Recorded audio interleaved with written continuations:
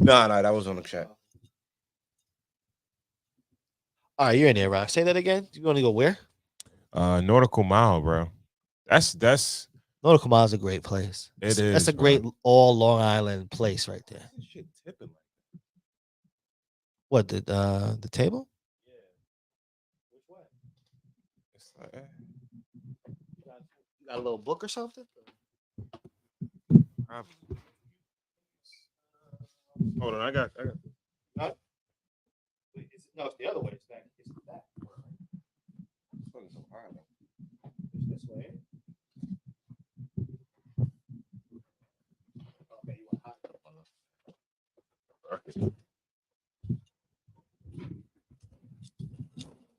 Yeah, man, the mile, man. I hate to be the contrarian. Okay. What? But I like to be the contrarian too. The mile's kind of whack. It closes early, and I'm a late kind of guy. I like to hang out later at night, and it's overpriced. Overpriced? It's overpriced. Like it's. I think I'm not first of all, I it's think we're not talking for different unaffordable. reasons. Yeah, I was feel gonna like say to have intentions. dinner down, to bring your family down there and eat dinner, it's like you're not getting what you're paying for. That's just me. Okay. It depends on where you go. When I go down there, I'm not going down there for T-shirt time. Rachel's or I don't know names. well, Schooner. I don't think Schooner's down there anymore. I think Schooner closed down. If I go down there with if I got homies in town and we want to go out at 10 o'clock, it's a dub. Because it's gonna be shut, like they're giving us headphones at like midnight, which is crazy. Or if you're going out there with your family of 3, you're gonna spend $200 for a lackluster meal. No. Well, that's if you want to eat at a somewhat like nice restaurant, maybe. But no disrespect, but I go to Jeremy's Ale House. It's like a bar, tavern type of situation. The food is excellent. Okay. And they make good drinks. But you'll see a dude at the bar. You'll see families also there too. That's me with the Lazy Lobster over there in East Rockaway. In right? East Rockaway. Yeah. That's mine. Oh, so I mean, that just I think we went over there for based on your recommendation. I don't know if the food is fucking with Jeremy. I don't know. Listen, I only go there. I get fish tacos and some fries, and they got this thing called a froze, where it's a frozen champagne. My wife would love that. They're expensive though. Who? Lazy Lobster. Oh, not really. You can't really. Corey got money. Yeah. Oh, stop it. Yes. All right, you get into that. It's like semi like. No. It's semi like takeout, right? Like you don't have outside. It's an outside sit spot. Yeah, it's a sit spot, and you go with your family. You're gonna spend over $100. With my frozes, anyway. With my frozes, I'm doing maybe about a go with appetizer, two drinks. $120. That's what I just said. Yeah, what's wrong? That's hey, why you sit down? You know, that's the only reason why you sit down. $250 and yeah. That's when you like. Yeah. I don't know. Every time I go on the mile, I'm like a little disappointed. Where are you going? I can't. All the way down. Like I don't know the names of these spots. Like I've gone with Rocco's. Those I've been to a lot. I'll go with the homies, and if it's like early, then it's cool. But I'm a sundown kind of dude. Like I'm during the day, like I'm in the garden, I'm doing stuff. I'm like I'm working. Yeah. But like at night, I like to like hang out. You know what I mean?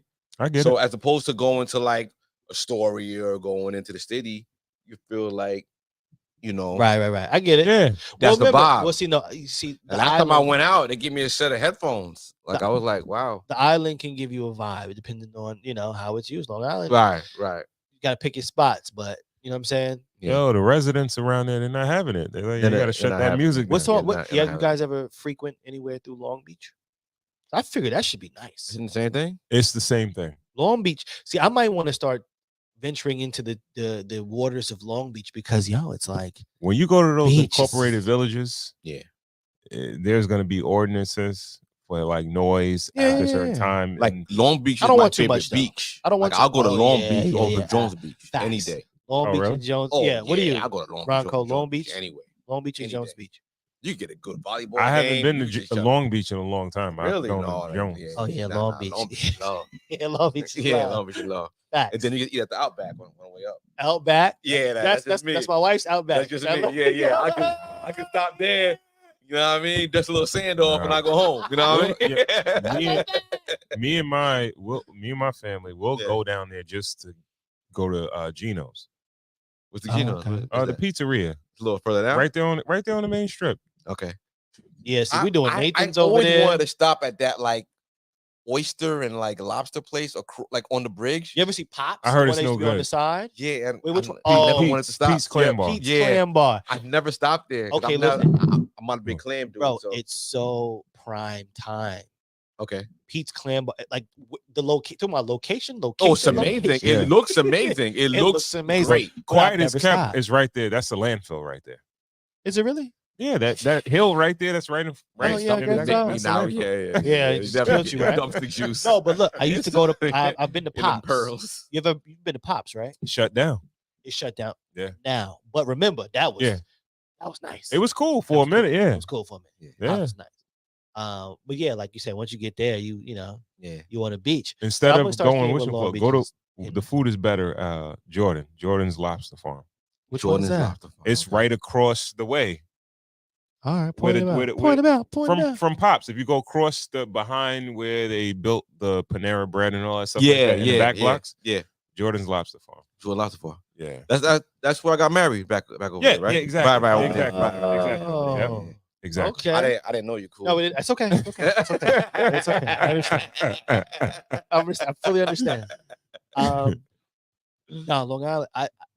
I mean, yo, listen. I think it's about maybe niggas got to show niggas Long Island, man. Yeah, summer in Long Yeah. Island is definitely Guess special. what? Yeah. We're not even talking about where the real money is.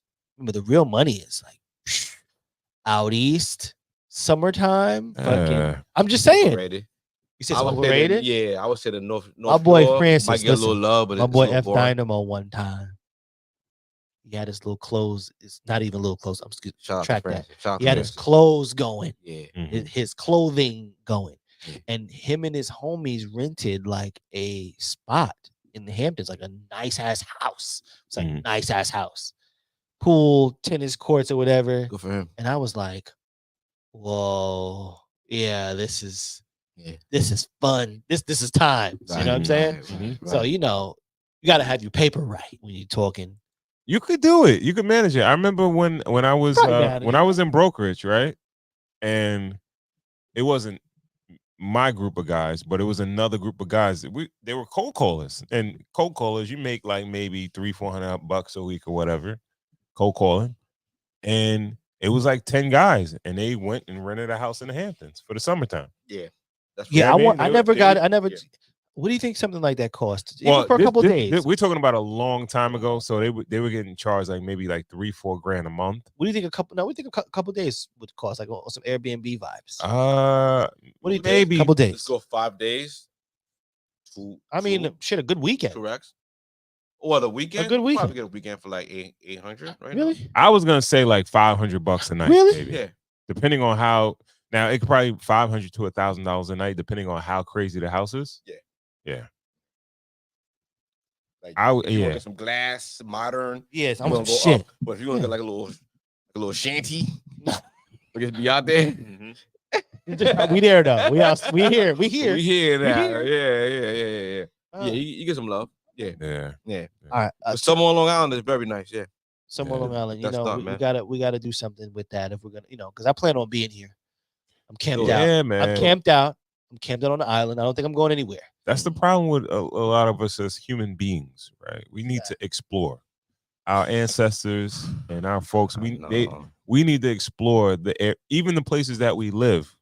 Can we talk about that a little bit? Can we Sure. delve What do in you mean? about like exploring? So it's like on vacation. Are you an explorer? Well, that's Or you a vacationer?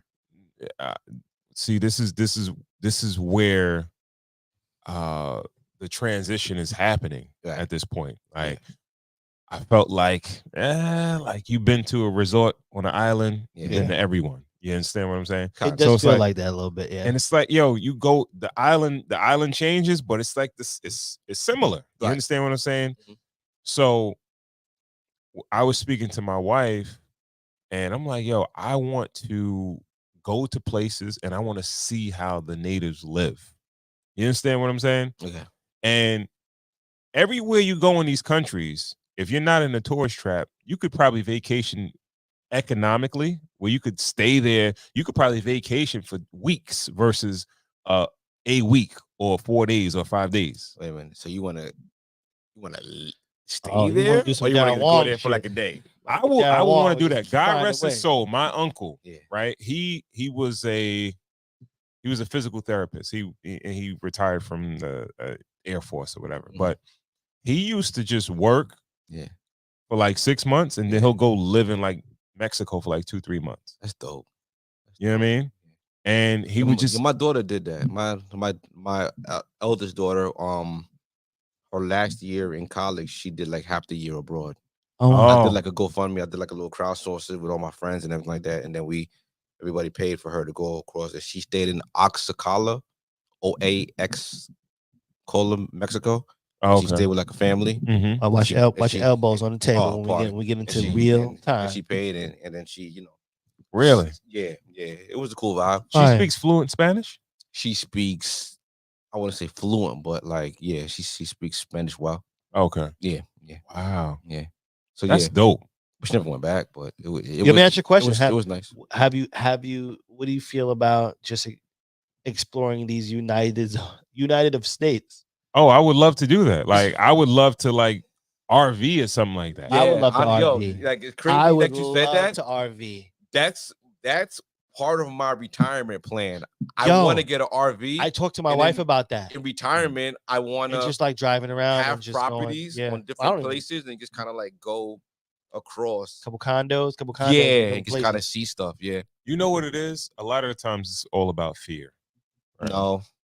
I'm just speaking. Let me speak from my personal perspective, right? It's fear. Like even in the United States, it's like, oh, why am I gonna go down to Mississippi? It's probably racist down there, right?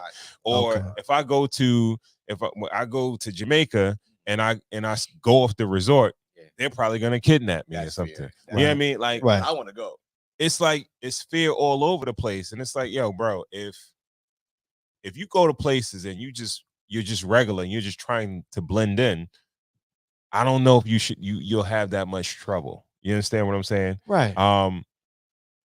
I think that when you go to places like definitely islands and shit like that, you don't get the culture when you're at the resorts. You get a little speckle of it. Yeah, you get a speckle. You get watered down food. You get a watered down culture. Yeah. You know what I mean? Like, no disrespect, but it seems like they like, all right, we got to do it. Like, we can't give them all of it because it's like too much culture for a certain group of people, right? It's like, it might be too much if we show them all our culture, we give it all to them. Right. If we put too many spices in the food, it might be too harsh for them. You know what I mean? So it's like, it's a watered down version when you're at the resort. But if you go off, there's that fear of, oh, somebody might do something to me or whatever. It's not that so much. I feel like it's in the United States, I feel like it's the hamster wheel. I feel like, listen, I'm with you. I have a week. I don't got no time for that shit. Like, I just fly me there, get me relaxed. I get that. Let me just unwind. That's the part that we don't. Let me get back. Let me get the kids in the pool. We don't have time for all that. So you know what I mean? This is what I mean. Why don't we do that at home though? So home, we could definitely. I think that's the part though. Yeah, I think that's the balance where it's like, okay, at home, it's about exploring your home even. Mm-hmm. Yeah. There's a lot of things that we just don't take advantage of that are right here. Restaurant. I drive and I look at just the little mom and pop restaurants that are right in the neighborhood, and I always think, like you said, I want to go in there. I want to see what it's like. Never do. Why? Yo, bro. Never do. Bro, me and my wife, we'll go to places and then be like, we might go to an expensive place and be like, this is it's really mid. Mm-hmm. And like we go to one of our favorite restaurants is Mitarita. It's like a Colombian restaurant, and it's indeed. like very affordable. The food is amazing. Mad You understand what I'm saying? Mad food. And it's like, yo, you go to these other places where it's high price, and you go there just to say you went there or for social media to take some pictures and shit. But the food is not exquisite. Right. You understand what I'm saying? Mitarita give you mad food. One of them spots. Yo, bro, food. and it's the drinks are great. The food is great. Leave out like, yo, mad food. Yo, bro, great time. What's the spot? All the time. Where is it? Right there on Main? Franklin. That's not Main. No, Franklin. No, that's not Main Street. Franklin front. Got like a nice bar and all that. People. Yeah. Shout out to the White Pants. Glenn Hall, Glenn Nice. G Nice, and Damon Young or whatever. I see them. They be at the bar. I'm gonna see you in Jamaica. We'll be in Jamaica next week. Shout out to Tux Topics. I was just thinking like, yo, maybe we should go have a sit down, because he hit me up before we went away. Tux Topics. Yeah, go sit down. Do it. Break some bread. Have a little meal and eat something up or whatever. Yeah, and chop it up. You know what I mean? Man. See what the plans are. Listen, man. What you think? Corey, cool? Yo, listen, man. I'm there, man. I'm always. I'm always there. But I do think about that, exploring just the neighborhood. Have you? It's so many places. We were speaking off camera about niggas be scared. Just the town. It's not scared. No, I think it's more of hamster. I think it's members in black neighborhoods. Man, it's the hamster wheel. No, yeah, it's the hamster wheel. Yeah, but people know, and people like what they like. Like people's wives like what they like. People's kids is picky eaters. Like you've been a father for long enough. Like like your kid ain't gonna eat everything.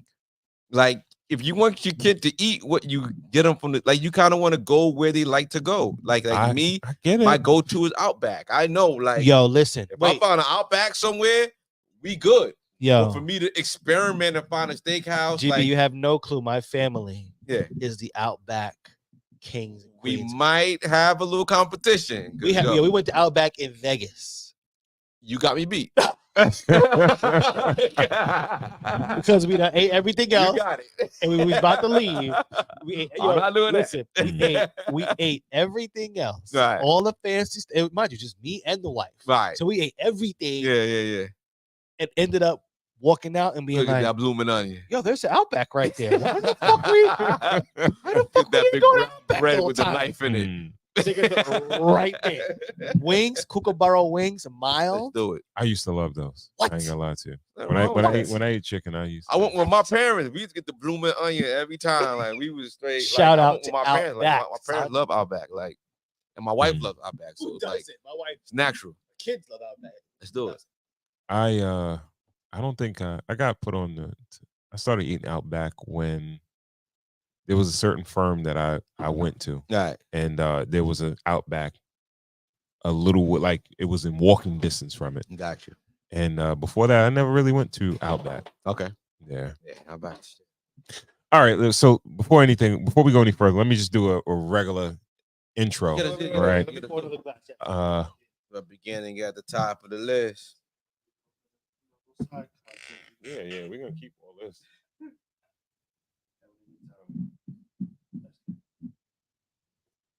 And whiskey. All right, guys. All right. Business time now, right? Yep. All right, you ready? Mm-hmm. In trays, deuces. Good morning. Good afternoon. Good night. Welcome to another episode of Cigars and Whiskey, the podcast that discusses love, relationships, sex, and dating from a male's perspective. I'm your guy, Ron Coe, and I'm joined by my guys, White Star GB. We're shaking. We also have super producer Corey Cool in the building, Cool University. Yo. Big shout out to everyone tuned in on YouTube. Please remember to share so we can get more people to tap into the conversation. We have a great show for you guys tonight. Tonight we are drinking Traveler's Whiskey.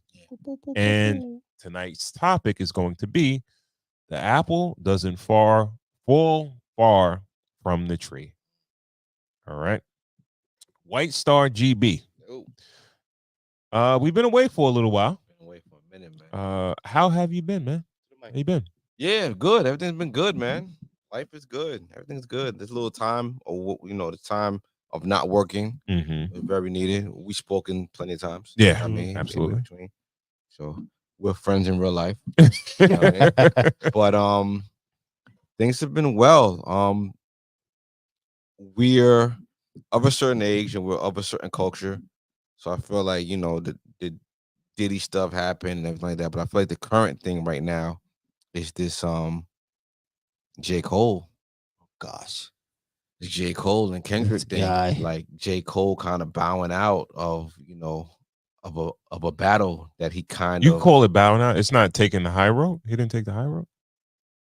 I'm glad that we haven't spoken about this. We've spoken mad times in between. I've purposely not like, yo, if y'all would have brought it up, I'd have hung up the phone. I wanted to do this here. I wanted to do this here. Gosh. I feel like we're all mindful, but like in like a hierarchy, like a hierarchy. Mm-hmm. I feel like I'm the most not mindful. I'm the most mindful. Corey's in between. I think Ron is the most mindful, right? All right. In regards to what? Yeah. And I feel like mindful is like taking care and of your mental health, knowing there's certain things I don't want to see, I don't want to engage in, certain things that don't feed my spirit and feed my mind. So Ron, do this. Okay. So what end of the spectrum are you? I'm on the bottom. Where you not taking in anything? Yeah. I soak in everything. I'm with the bullshit. Yeah. I'm looking at everything. I'm on the internet. I'm watching. Ron doesn't take in anything. I'm watching car accidents. I'm watching people get killed. I'm watching everything. I can't watch it like that. I'm watching snuff film. Like I'm watching everything. Yeah. You know what I mean? All right. And I feel like you're in the middle, and I feel like Ron it just doesn't engage. Okay, that's fair. And I feel like mindfulness in hip hop is the conversation here. Okay. Because Cole did engage with Kendrick after Kendrick did kind of subliminally sent shots at him and Drake. Cole dropped the EP. I might delete this later. And he had the song 7 Minute Drill where he had the conversation where he went at Kendrick a little bit. And on stage at the Dreamville Festival, he came clean and said it was, it wasn't in his character to do this kind of thing, and he didn't want to engage in the hip hop beef. And the only person I thought about was Corey Cool. Oh boy, Corey Cool, right? Yeah, Play It Cool Radio. Yeah. You know what I mean? So what are you asking me? How do you feel about it? How do you feel about J. Cole publicly bowing out of the hip hop beef? All right, so it's interesting because I have not spoken about this yet. Oh, I know. Radio exclusive. On my radio show, I did a little bit, but not enough. Glue. I mean, listen, without a whole bunch of words, I'll take your time. It's unnecessary. The whole thing is extremely unnecessary. Unnecessary? That's the word that comes to mind when I think about the whole thing. Yeah. Why? So the competition in hip hop is unnecessary. No, I'm saying this competitive battle is unnecessary. You don't feel like it's like a heavyweight bout? No. Like it's like Lennox Lewis and Mike Tyson? You don't need that from people. Ali Frazier? You don't need that from people who didn't come in that way. You don't need that from that particular musical generation. First of all, everybody sport, though, you gotta compete against others. They didn't have to, because nobody worried about that before they delivered that.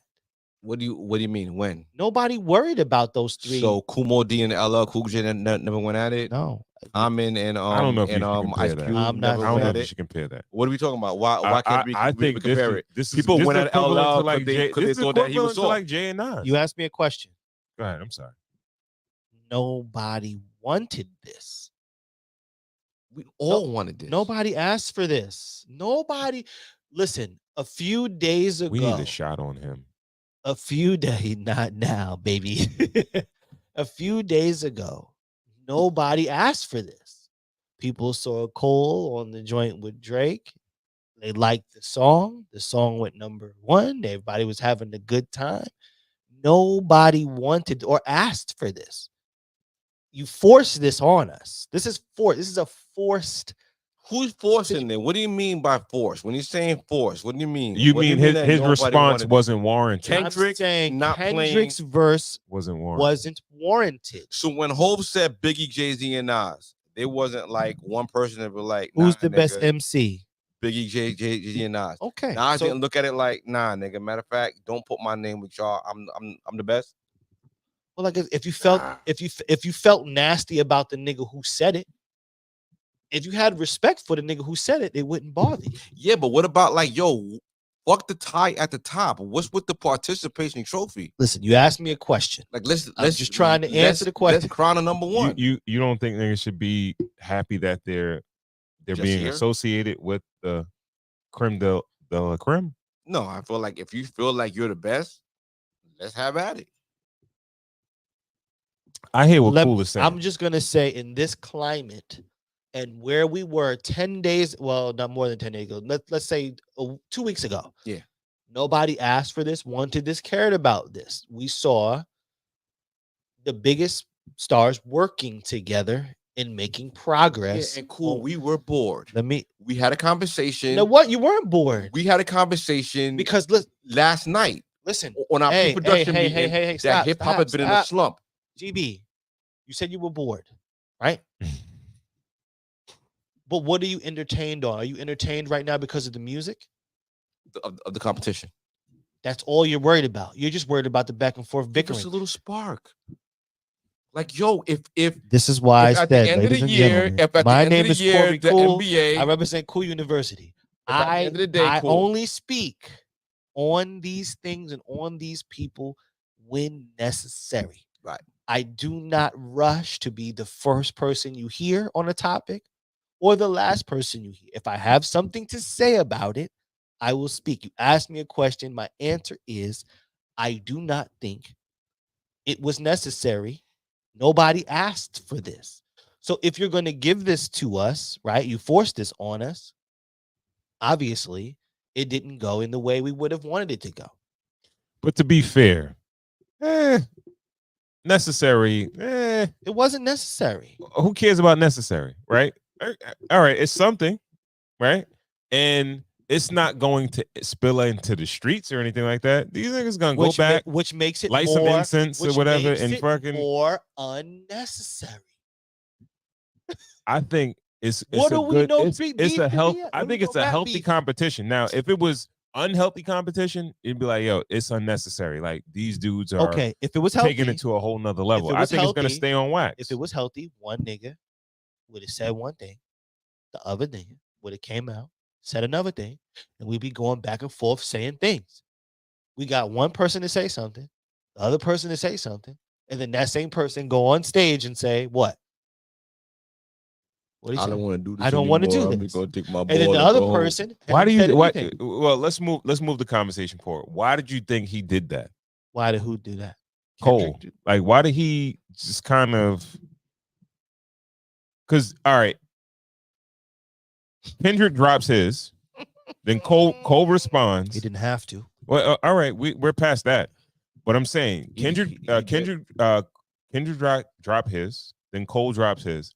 Where were they at that point? How did you see the competition? You mean from after one song goes? After Kendrick drops his verse, then Cole responds. I thought it could have literally stopped right there. No, who was ahead? Who is if it's a competition? I would say it was a good tie. It was a good tie. It was a good tie. Kendrick was okay. So Kendrick was up. If Kendrick's verse is not that hot.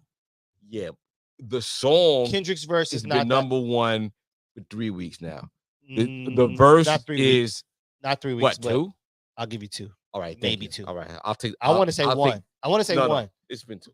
All right, so I want to say 1, but the Cole's song didn't have any conviction, but it did. No, it did what it was supposed to do.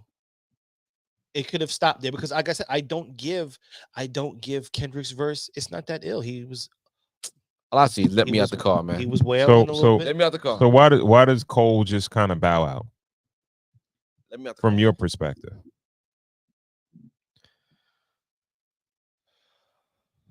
I don't know. That's a weird. It's weird. I mean, he did it. Did Kendrick have something loaded up in a clip that might like? No, all right, maybe let's just end no, this. no. I think possibly he just like what some people say is he threw out a response and his response didn't get the full Monty of what he thought a response could get. It made him start backtracking. That's one way people spoke about it. Other people spoke about it that maybe they was mans and maybe he, or at least not even mans, but you know what I'm saying, respected each other in the space that they were in. I think they have respect, but I watched some joints going back, Kendrick and it seemed like Cole was constantly throwing like little digs at. No, it wasn't digs. It was like no. Cole was saying I'm the best. He had that I'm the illest bravado nigga. rap Yeah, and all that. I'm the best. No, I'll send it to you. I'll send yo, but you got dudes out here. He was definitely talking that big three talk. He was definitely saying I'm the best. But he said big three. All of us are the best. Nah, he's like kind of like soft shit. Like I'll send it. I'll put it in the group chat. Right. And it's this dude that's breaking down a bunch of verses. I don't know, man. From Cole. Niggas, where it's like, yo, it don't matter. He's throwing mad subliminals at like really like using verses and his old songs, his old albums, all that stuff like that. And I'm like, damn, this nigga really researched this shit. Right. And if you want to find you something, believe that you believe those things, you gotta watch. You have to watch it. But you believe those things? Well, I didn't believe it before, but when I watched this, the dude was very convincing. Okay. And I'll send it to you. I'll send it to you. All right. I mean, listen, I'm a realist at the end of the day. I just think my initial answer to the question that I was asked is none of it makes sense. It was for no reason. Because think about it. Right now, you had Drake and Cole. They did a few spot dates. They made some good money on the road. Like, you're forcing this on me. Not really. You are. It's like, yo, what's feel like Cole is not like that. These dudes they're accomplished already. Listen, they're accomplished. Right. They're making money. Like, what's wrong with like? All right, we're competing. You don't want to see them make no music together. Who's to say they're not gonna make any music together? No, this will ensure that they make music together. No, this is against each other right now. Huh? You have to go. I don't think it's gone. I don't think it's gone that far. Him falling back is ensuring that they will probably make music with each other in the future. Like this is him bowing out. This is him saying that, yo, listen, niggas ask me a question. I'd rather be friends than be enemies. Like if us competing. That's what Cole said. Yes. Right, but Kendrick didn't say that. No, Kendrick wants war. Okay. With whoever is competing. But it would be nice for me. I've just at this stage, I'd rather just hear, like I said, it's not that I want to push violence on these young brothers. I don't want to push violence on these young brothers. No one's talking about violence. No one's gonna die. This is what I'm saying. I don't need the other stuff. But Wayne was going around in the 2000s and saying, I'm the best rapper alive. Best rapper alive. Best rapper alive. Okay. How much beef did he pick up from his peers? None. All right. Kanye. All right. Who was the big three in Wayne's era? They did music. It was him, Kanye, and who? Hove. Hove is still he's the dark shadow. He's the dark fourth horse. Yeah. The fourth horseman. So who's that prominent third? Oh, Drake, kind of, right? No. Yeah, well, Drake was there. Yeah, Drake is there. Right. Gotta keep. So Wayne was really going around saying, "I'm the best rapper alive." No one really ever went out. That was way before Drake. Oh. All right. Listen, so Drake. Kanye. Are we gonna say 50? 50? He was 50. Maybe at the time, Yeah, but I don't think nobody even. I don't think nobody ever considered 50. Right. Well. Okay, and Kanye. Okay, put it this way: manufactured. Nobody was trying to argue Wayne for his position, is what you're trying to say. Yes. Okay, good. Yeah. So, but okay, and he was around with some real wolves outside, and not really. That's what we're saying. Everybody has soft gums. Everybody was toothless. Now we're in the era where doesn't make sense. It's competitive. It never got personal. What never got personal? Their verses. But that's why it doesn't make sense. What you mean it doesn't make sense? If you're not going to say names, get personal, Why are you doing it for? Because it's the healthiest way of doing it. Make songs. Don't things improve? Make records. No. Okay. If you're not going to say a name, if you're not going to make this a personal thing between me and you, nigga, this is the world, nigga. Look, this nigga's a bitch ass nigga. I don't fuck with this nigga for X, Y, and Z. I'm on the record. I'm ripping you. I'm everything. It doesn't make any sense to do that. Make good songs. Make songs together. Make EPs together. Grow the sport if you're not going to play the game. So in the NBA, during the finals, like the Pistons used to fight the Bulls. The Pistons used to fight. Niggas wanted to win. Chicago. Niggas really they wanted to win. win. They evolved in the game where they could like, okay, let's We just didn't make compete nothing with up. the skill. No, let's just let the skill talk for itself. We're gonna compete. That's when all the Pistons was gone. That's when all them Pistons. I feel like this was the Celtics was gone. This was the most mature battle ever. Like it wasn't even going anywhere. Why do you need to battle then? What do you mean mature battle? These all three people who know, like, who aren't really gang affiliated, who really aren't. Then why do you want to battle? Just make music. What's superiority battle, to know though, who's the best? What's wrong with it? When you're standing, cool, you were an MC. When you were in the bathroom, don't say that rhyming, out loud. It never happened. It never happened. All right. When you were in the lunchroom or in the bathroom rhyming, it never came to blows. It was just about who was the best in the school, right? Y'all niggas rhyming in the bathroom? Yeah, that was the primary rhyme spot. In the bathroom. Uninterrupted, circle, spitting bars. Let's go. Listen, that was the space that we were in. But all I'm trying to say to you is because look what we got on the other side of it. It's not like you two are speaking like we got 5 or 6 records of niggas going back and forth with each other. We didn't get that. We got a song, and then a nigga take it back. Yeah. Which leads me to only say the same thing I've been saying from the beginning. That it was unnecessary. It didn't pan out like I said, nigga, if we get the hip hop getting too soft, cool? Is hip hop getting too soft? No, niggas catching more charges. Rappers going to therapy. Rappers, niggas getting more charges.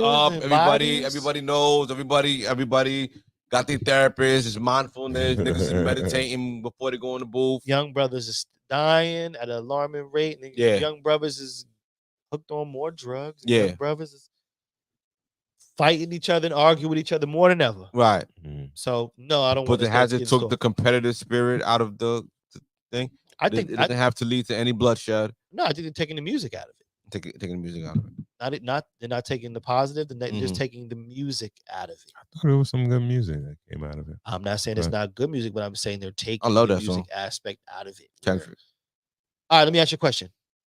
NBA young boy, when you think of him, what do you think about? Like he's a walking Percocet? So that anything to do with the music? No. Okay. What do you think of Young Jeezy? What do you think about? I feel like WWF rap lyrics, like fake drug dealer. Okay, but so you really feel like that about you? So do you think about him being a fake drug dealer over the music? Yeah. No. I think like it was fun, but it wasn't. But the music is like first, right? Rick Ross was a CEO. Like everything is just fake. T.I. Yeah. T.I. What do you think about? T.I. was the king of the South. But the music though, you can picture how with the feeling. No. T.I. had his own battles. T.I. had to go up against Lil Flip and. Well, my point is, it's for his music though, correct? Mm-hmm. Okay. Is anti like there's no. I'm looking at these guys as pioneers. I'm looking at these guys to be like, no, this is how we got here. So I only hip hop became wrestling. People became characters. You didn't have to live your raps anymore. We got to the point where J. Cole could talk about Uzis and fucking guns and all that shit. And it's fine. We don't believe him. It just rhymes. Well, you could talk about a Draco. It's fine. You could never even own a gun. It's fine. I feel the feds taking pictures. I get it. Listen, it's fine. Just make it rhyme. Make the music good. And we're all grown up. We don't believe the raps anymore. Rick Ross was a CEO. Jeezy, I never believed was Mr. 17.5. So basically, I just want to say why. So then, why do we need beef in that? To know who's the best. No, you could do. You Because could. it's still art. You can just be the best by just being the best. You don't have to. I don't have to dispute with you to show that I'm the best in rap. I get what you're saying, but I don't think it hurts. These guys. No, I don't think it hurts. These guys. Not all the guys. You know what I mean? We're bringing in Jada. We're bringing in our beef is healthy now. Is there not a way to cultivate hip hop competition, hence beef, to be healthy and not be like, yo, your son is gonna get older and you're gonna bring him to play sports and to compete against other children. And he's a child and he's gonna have to know, like, I'm gonna go against this other kid. But music, and I want to. Why can't music be a healthy version of that as well too? I think that there's lanes for that. It's art and athletics. Why can't competition in art be healthy? Cool. You're asking Michael Jordan to go play at the park. Or we're asking Kobe to go to fucking Rutgers. No. You're asking Michael Jordan to play at the park. Or we're asking Kobe to go at Rutgers because the park wasn't available at Michael Jordan. The park wasn't available, Michael Jordan. But during Kobe, Kobe went to Rutgers. LeBron went to Rutgers. KD went to Rutgers. We're talking about two high-level guys going head-to-head. Listen, no, but okay.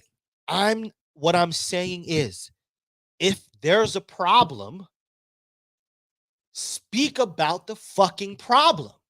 Go on the song and say, I'm talking to Ronco. So you want to hear, that's why I fucked your bitch, you fat motherfucker. That's what you want to hear? If you're not but we're more involved in that. Like, let's be artful. It doesn't have to be personal. It doesn't have to be a personal beef, right?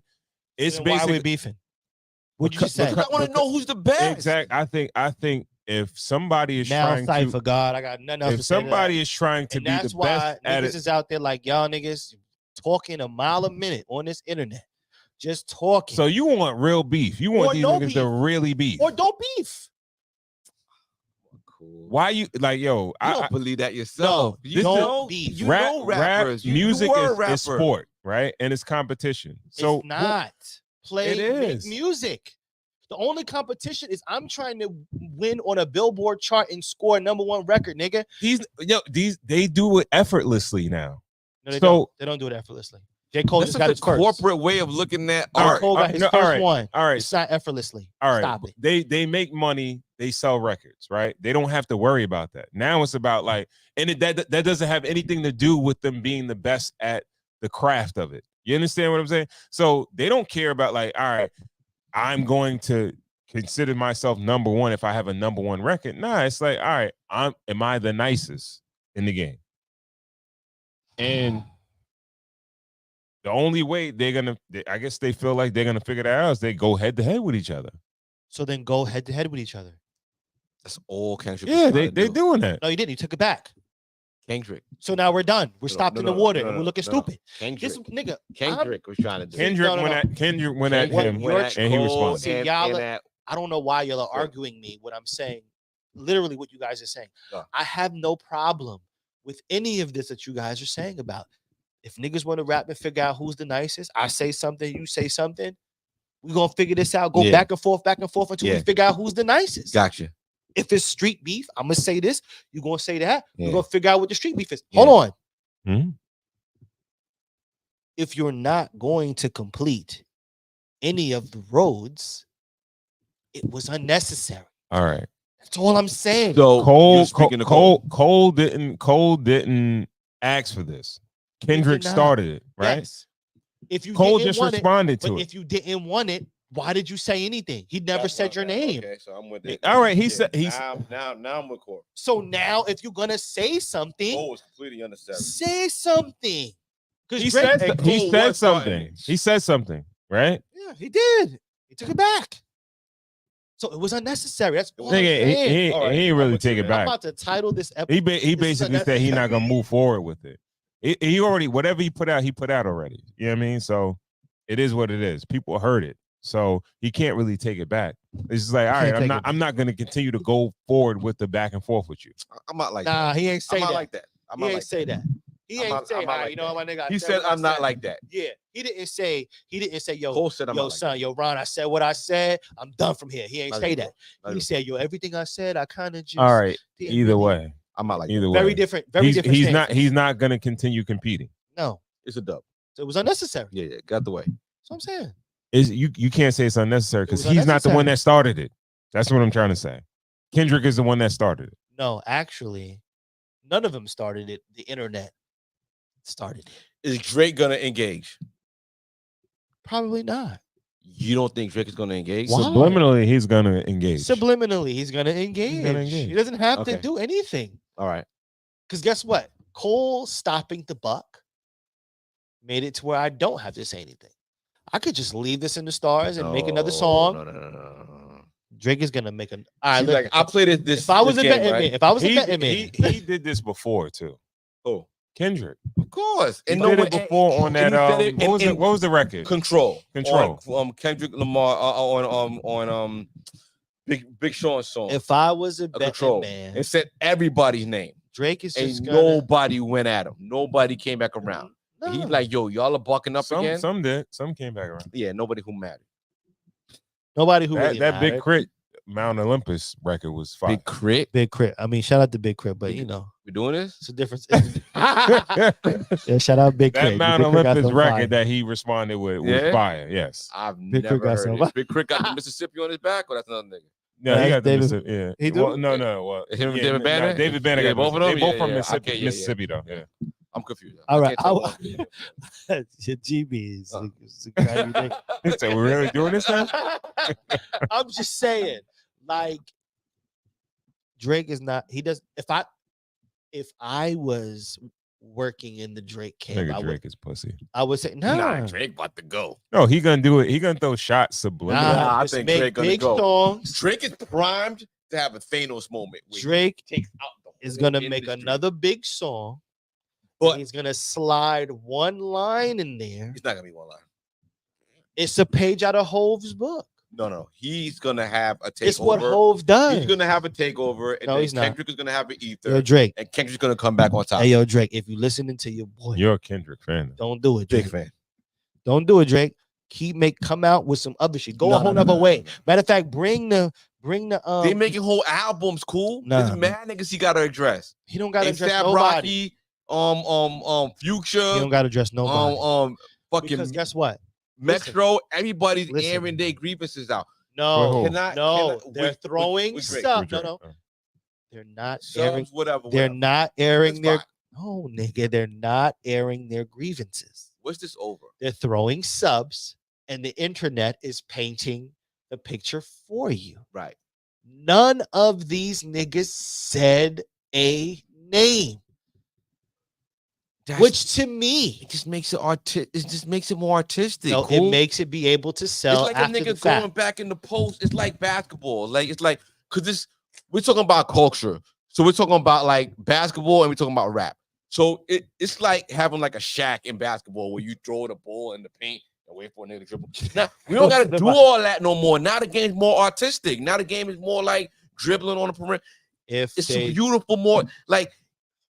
It's the game within the game now. Like now it's more about punches. Like it's cool. You are a rapper. Like I don't know. Yeah, it's not a lot of rappers. You see the evolution. Why you feel like a rapper has to call somebody? First of all, call somebody out. Well, I don't like Drake. So this is a song to you, Drake, and I'm gonna put your head in the sand when I see you on the beach. You know what I mean? Like this is not like that kind of shit. You knew me as an artist, music artist. Correct? MC, God MC. When I made music, how focused was I on another man? At all, right? Remember, I built a whole team that was self-sufficient and focused on what? Making what? Just music. I never focused on anything else other than anybody. Did you have any rival crews in the neighborhood? Was there anybody on that same kind of mission? You had fighting. Were there any crabs in the bucket? Jerron and the Fetty fam. They were like Jermaine Bass, Cardi was over there. Fetty fam. They make it sound like they nice, yo. They had a lot of skill. Make it sound like they nice. They had a lot of skill. It was a dope name, right? It was Jerron. Like Jermaine Bass was over there. Really, Jerron was the shout out to key Fetty artist. fam, yo. Yeah, Jerron you was know the them? key artist, and then you had they from around your way. My side? You know Jerron. They might know Jerron. You know Jerron, good cat. But them niggas was popping. Them niggas was popping bottle niggas. Them niggas was on that type of time. I wasn't even on that type of time. You understand? Them niggas was on some high life vibes. I wasn't even on high life vibes. Who was the concern with who? I just made music, bro. Right. And I made music in a way where, like I said, you felt like y'all was low key had a rivalry. I think people made wanted to make a rivalry, but it was no rivalry. You felt like there were bars that were directed at you. I don't know, because I didn't listen to anything other than what I was doing. And guess what? I know you think they cool, but they not. That might sound cliche. that might sound cliche. I see you in the summertime cool. It's too hot to be cool. That might sound cliche, but Ron could attest that the way we made music, we were in a dungeon, little zone, doing our own thing. Saying I can't say who you was talking to when you was spitting that verse, like who you was thinking about when you wrote that verse. No, not them. Because none of my verses got a nigga. Yeah. You can say that now, but I don't know. No, it wasn't. Nah. No. Okay. Because you got to think, I've been rapping since I was like 9 or 10 years old. What that mean? That mean, yo. So you never had bars for nobody? No. Why? My bars were not for like neighborhood people. My bars were just like for the world. Like, nigga, I'm trying to come in. You ain't have nothing for Skeen? What's his name? Skeen? No, he threw my CD one time. That shit was nasty for no reason. She was mad nasty for no reason. No, I don't listen. I'm not going there. I'm just saying, nigga, toss my CD on some foul shit. On some foul shit. But listen, you know what's so funny? You ain't writing no bars after that. Like, yo. No. Roast this nigga. Because I was already making good music. No, I was good already at that point. With no schemes, means, dreams. No. And guess what? You know what? It's funny you say that, man, because you know what, Schemes? We spoke later in life. Okay. And he gave me my props, and for sure. We called it what it called. That's why I'm listen, my nigga. I'm taking the way I am is the way I am, my nigga. I'm not going to make anything out of anything or say anything negative about anything that doesn't have to be said about a nigga. Yeah, Skeens took my CD and he played my shit. I spent my last little dimes to put my shit out, my last little quarters. I had quarters, my nigga. He played my shit. But listen, as time goes, it was a tape or a CD? It was my CD. I got it pressed up by my nigga Tritty Rose. He did the cover. Tritty Rose. Empty glass. Did the covers for me. Did the CDs for me with the little engraved. Played my shit. Yeah. But what I realized is, years later, he sees I'm consistent. He sees I'm still here making moves. You just gotta respect. We spoke later. You're the first mindful rapper. I'm just a mindful nigga. You always thinking in the future. You're not worried about that now. Let's bring that full circle. Let's do it. Can hip hop learn? Is this healthy? I think it's healthy for the culture. I think it's healthy. Mindfulness, understanding that this isn't something that you want to engage in. It's not going to feed your soul. It's not going to make you. I believe that. Tell the grown up talk now. I think that everything is better when it's not for the sake of numbers and money. Okay. Right. So when, let's say MJ, he's already making enough money. He got the bag is already there. Right. It's about me proving like I'm better than everybody. The bag is secured already. Yeah. That don't even matter at this point. Yeah. So to see people that don't have any type of desperation for anything or whatever, and it's like, yo, I just want to master the art of whether it be a sport, music, whatever. Right. I think that's ill. So let's speak a little bit, Ron. So let's what's the difference between, because it's a big gray area. I'm gonna say two black and white things. What's the difference between killer instinct and apathy? Find me that gray area. Because all I hear is content. And content I think is a bad right. word for men. You're too comfortable. I think it's as far.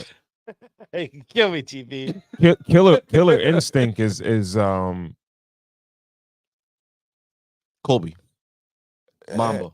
I don't necessarily agree with that because it's like you're watching other people, right? You're cognizant of other people and their skill set and what level they're at. Yeah. And if you're looking to master, that's within. You understand what power? Crush your enemy completely. I'm to the point where you should be on a level of consciousness of there is nobody else. I am the one. I'm mastering. Like I want to master. Make believe, like you make believe, like now, like just make, like there's certain things, like if you pussy, you don't catch no eye contact with niggas. You know what I'm saying? Like, is it being pussy? Is it rationalizing being pussy? Not necessarily. Because if you feel like nobody could whip you anyway, it don't matter. Well, now you're delusional. Because you ain't testing nobody. You just in your fucking dojo. You in your basement working on karate moves, nigga. No. There's always gonna be a competitor because you know who's gonna tell you. You live within the world. Now I could be sparring myself and I know like, yo, I'm on it, nigga. Yeah. I'm fucking master, whatever. I'm top notch, right? But the world's gonna say, yo, you know such and such, that nigga's good. He might be better than you. Right. What? Nigga, who? Damn, I gotta remember this shit. And then you like, all right, I'm gonna show you. Like, I already mastered my shit. I've been in the lab, I've been working on my craft. I think I'm the best. You telling me that this nigga is the dude. I don't know this dude like that. I don't pay attention to him. I pay attention to me mastering my shit. Right. But the world is always gonna be there and tell you that somebody's better than you, and trying to bring you down to somebody else's level or put a competitor in front of your face. Yeah. That's always gonna happen. Sometimes it looks stupid. Yo, Albert told you I had a dance battle. What? Elaborate, please. I had a dance battle, yo. A dance battle? Yeah, I didn't know you were like dancing, nigga. I was. Yeah. I had to get it. Like I could still dance though. I could still shake a little. You know what I mean? But I can still shake my tail feather. Yo, it's like 94 or whatever. This is when like Bounty Killer, everybody was out. Like this is when like reggae music was like big, like, you know what I mean? Everybody going out, and then like with the heel toe and everything like that. Like we used to be like working on like our dance moves and shit like that. Or yeah, that's what y'all was doing on White Star. Getting nice, you know what I'm saying? But then it's like I'm saying it like, yo, once you get nice enough and you the nicest in your crew, then it's like your crew looking for you to fucking battle other niggas. So we go to a barbecue. And shout out to I ain't gonna say it there because I don't know if he passed that. And we had a little dance battle. And then it was like I was sweaty after that shit. And I was like, yo, this is whack. I want to do this no more. We in a barbecue and I'm mad sweaty after this fucking battle. And I'm like, yo, you know what? Like, I'm not doing this shit no more. I can't call. No. I probably won. I won. I bodied you. You know what I'm saying? I'm not gonna say your name. You don't want to say his name? No. After hours, you gotta pay for the name. You gotta pay. Okay. Send in the super chat. I'll put the name in. But yeah, sometimes you're the best of your own little hometown. You're the best of your own little region, and they putting you up. You know what I mean? Like, nah. Like sometimes your other niggas is talking shit for you, and you got to prove to them that you're the best. Yeah. So that's the game now. It was fun. Competition is healthy. It is fun. Shit was not fun. I am sure. I am looking forward to Drake and Kendrick you know, just make music. Competing. I feel like styles make fights, and I feel like this is the perfect Nas and Jay-Z recreation. But for nothing. And it's not so fun. And I feel like nothing. it's going to play out in the same exact way. I feel like Drake is going to come out with a takeover where he addresses the field and has one verse specifically for Kendrick, and everybody's crazy, Drake, crazy, listen, crazy, if you crazy. hear me, my nigga, don't say nothing. Kendrick comes back on his album and drops the Ether-like record. Don't say nothing. This shit is over. Because guess what? If you don't say nothing, if he don't say nothing, he just stops the buck right here. Who doesn't say nothing? If Drake doesn't say anything, the buck stops. Drake has to say something. He does not. It's the field. You don't have to. Drake cannot drop an album without saying anything. Absolutely can. Have at it. Absolutely can. Slide one line per song. Yeah. 12 songs. New album. New videos. New ill features that niggas you ain't even hear about, know about. Yeah. Shit stop. Buck stop. Kendrick waiting to come out again. I was refreshing my podcast app, waiting for that episode. Of me? Yeah. This is it right here, man. Thank you. Thank you. This is I re-listened to the other episode today. I was so ready for you. I wanted to have, this is like the perfect case scenario. I only speak. Thank you, cool. I only speak you, brother. When necessary. Right. I'm a nigga that as I go through this hip hop shit, you're gonna see me outside. Right.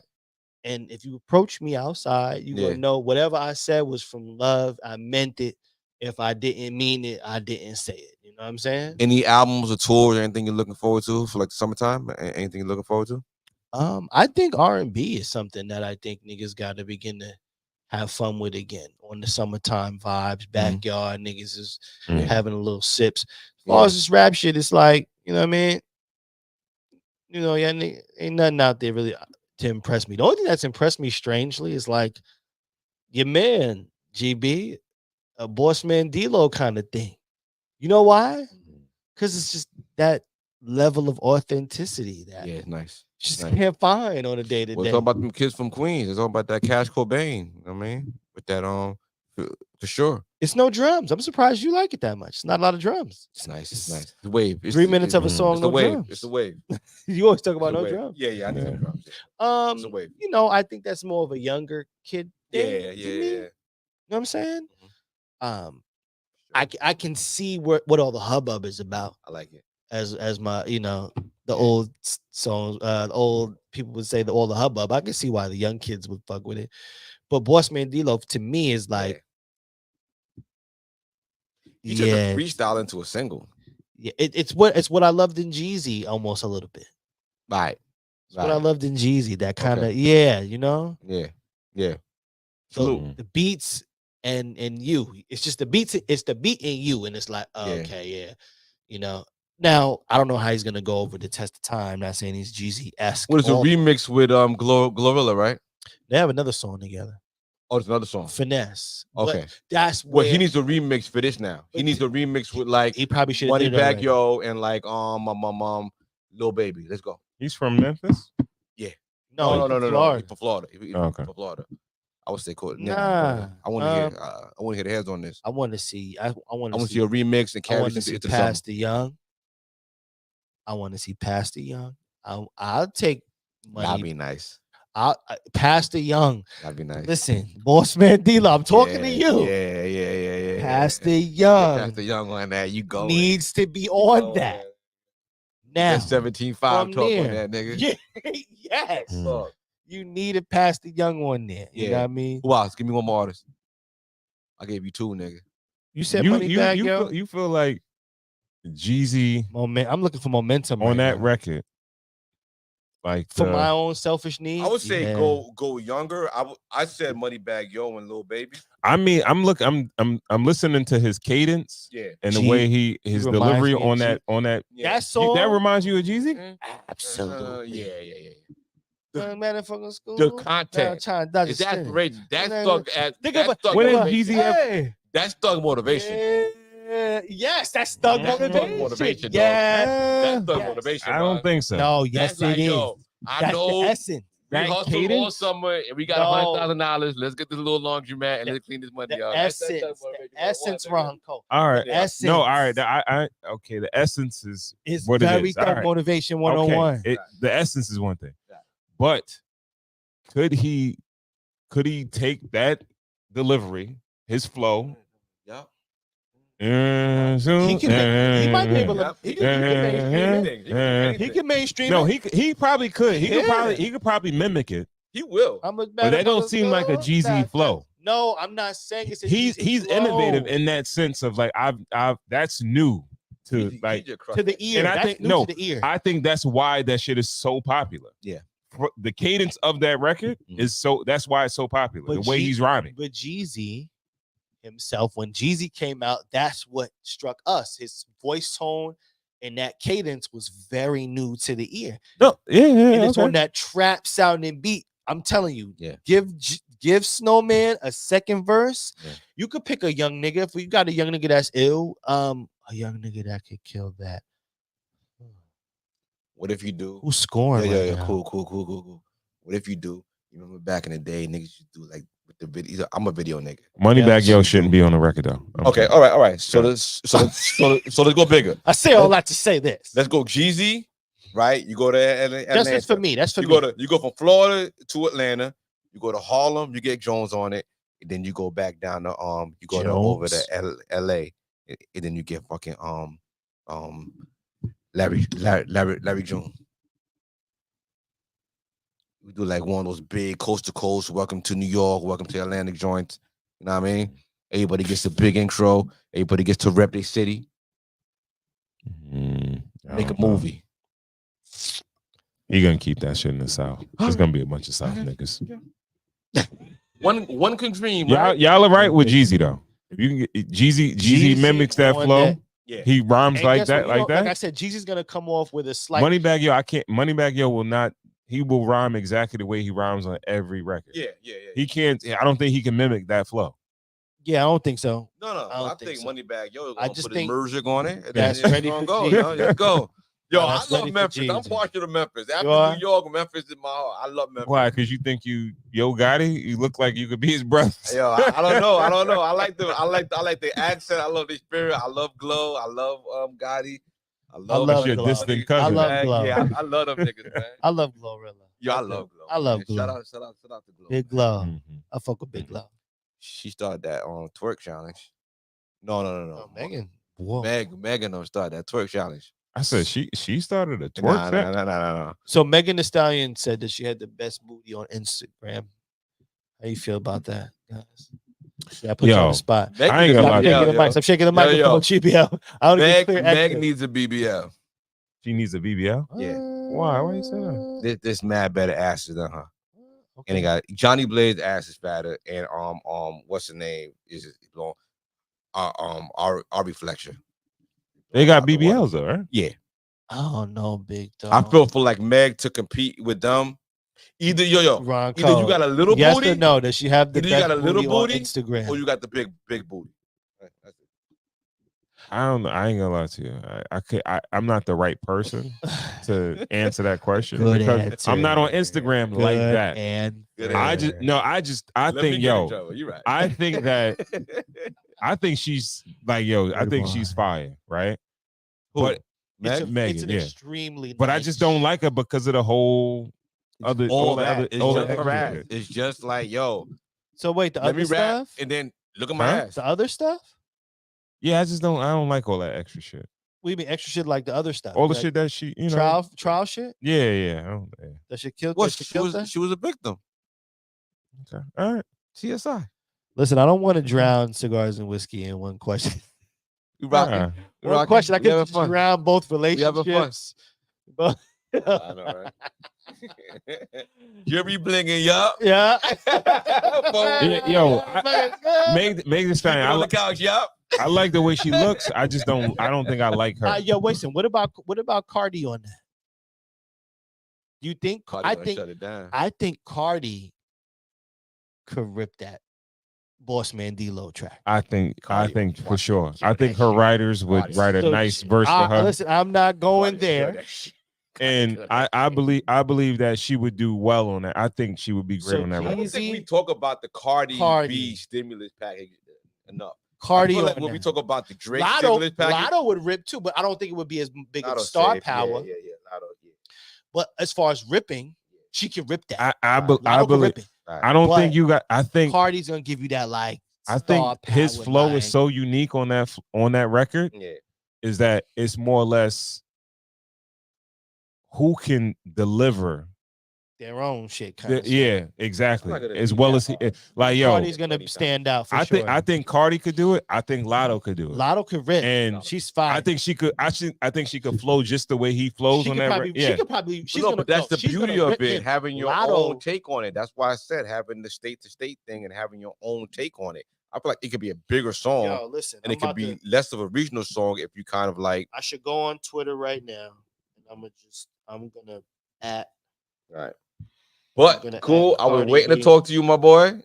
We had a lot of music to talk about. You know what I mean? And sorry if I, went over. But Ron, how was your week, sir?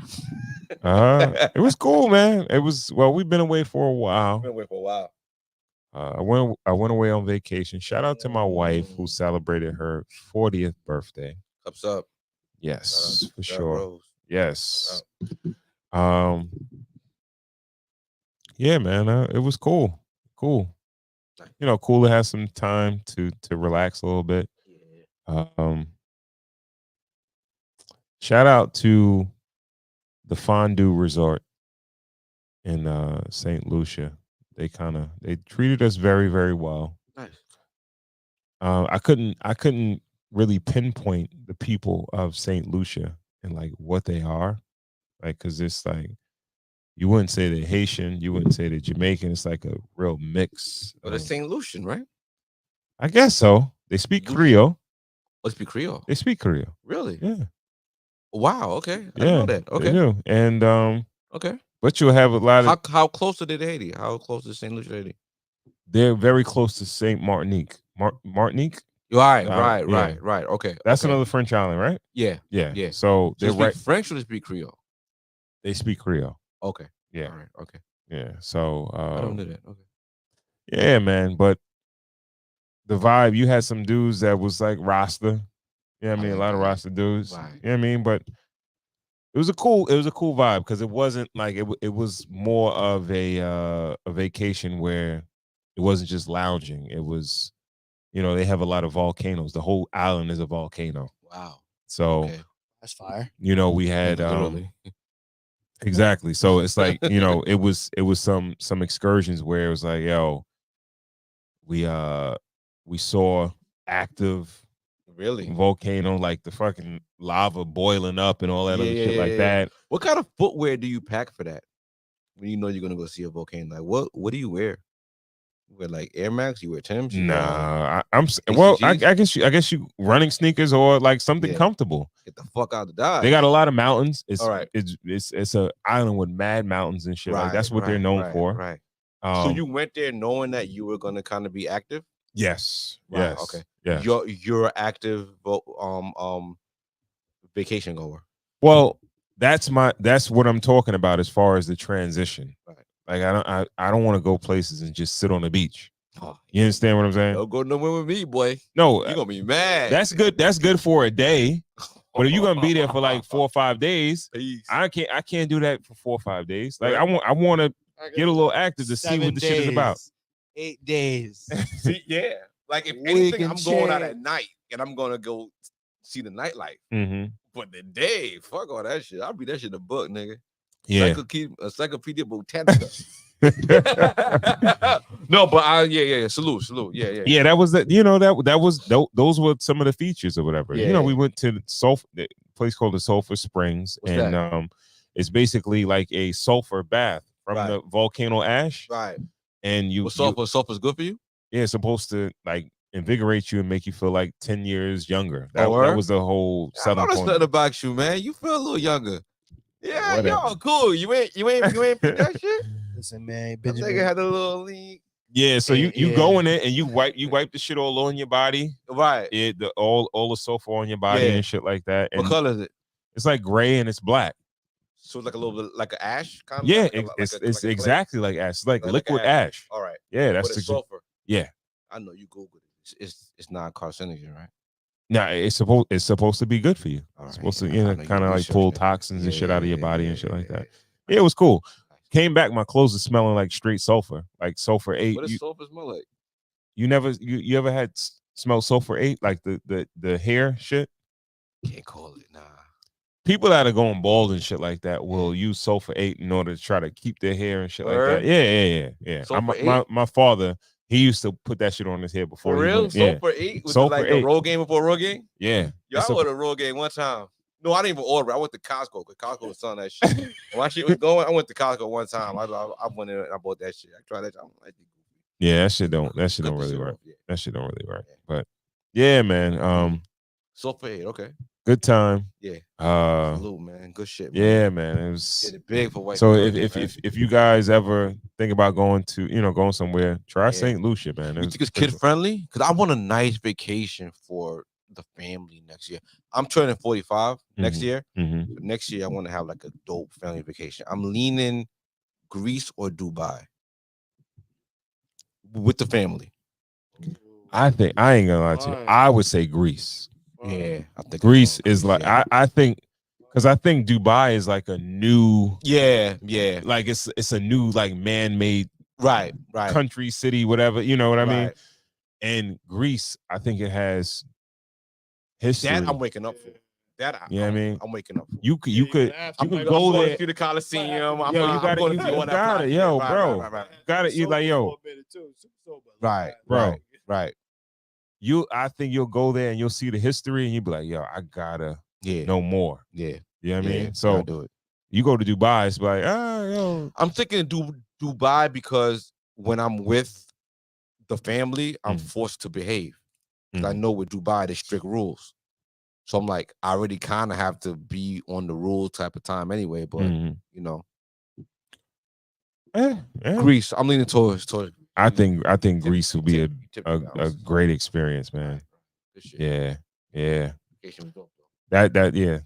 man. It was very dope, very dope. That probably would definitely go back. Me and wifey were talking about going back with the kids. The resort we were at, they didn't have any TVs or anything like that. So really, yeah. So you ain't see me? No. My boy, you went viral. Yeah, you ain't see me? Come on now. No, but what was that like? Not having like you had Wi-Fi.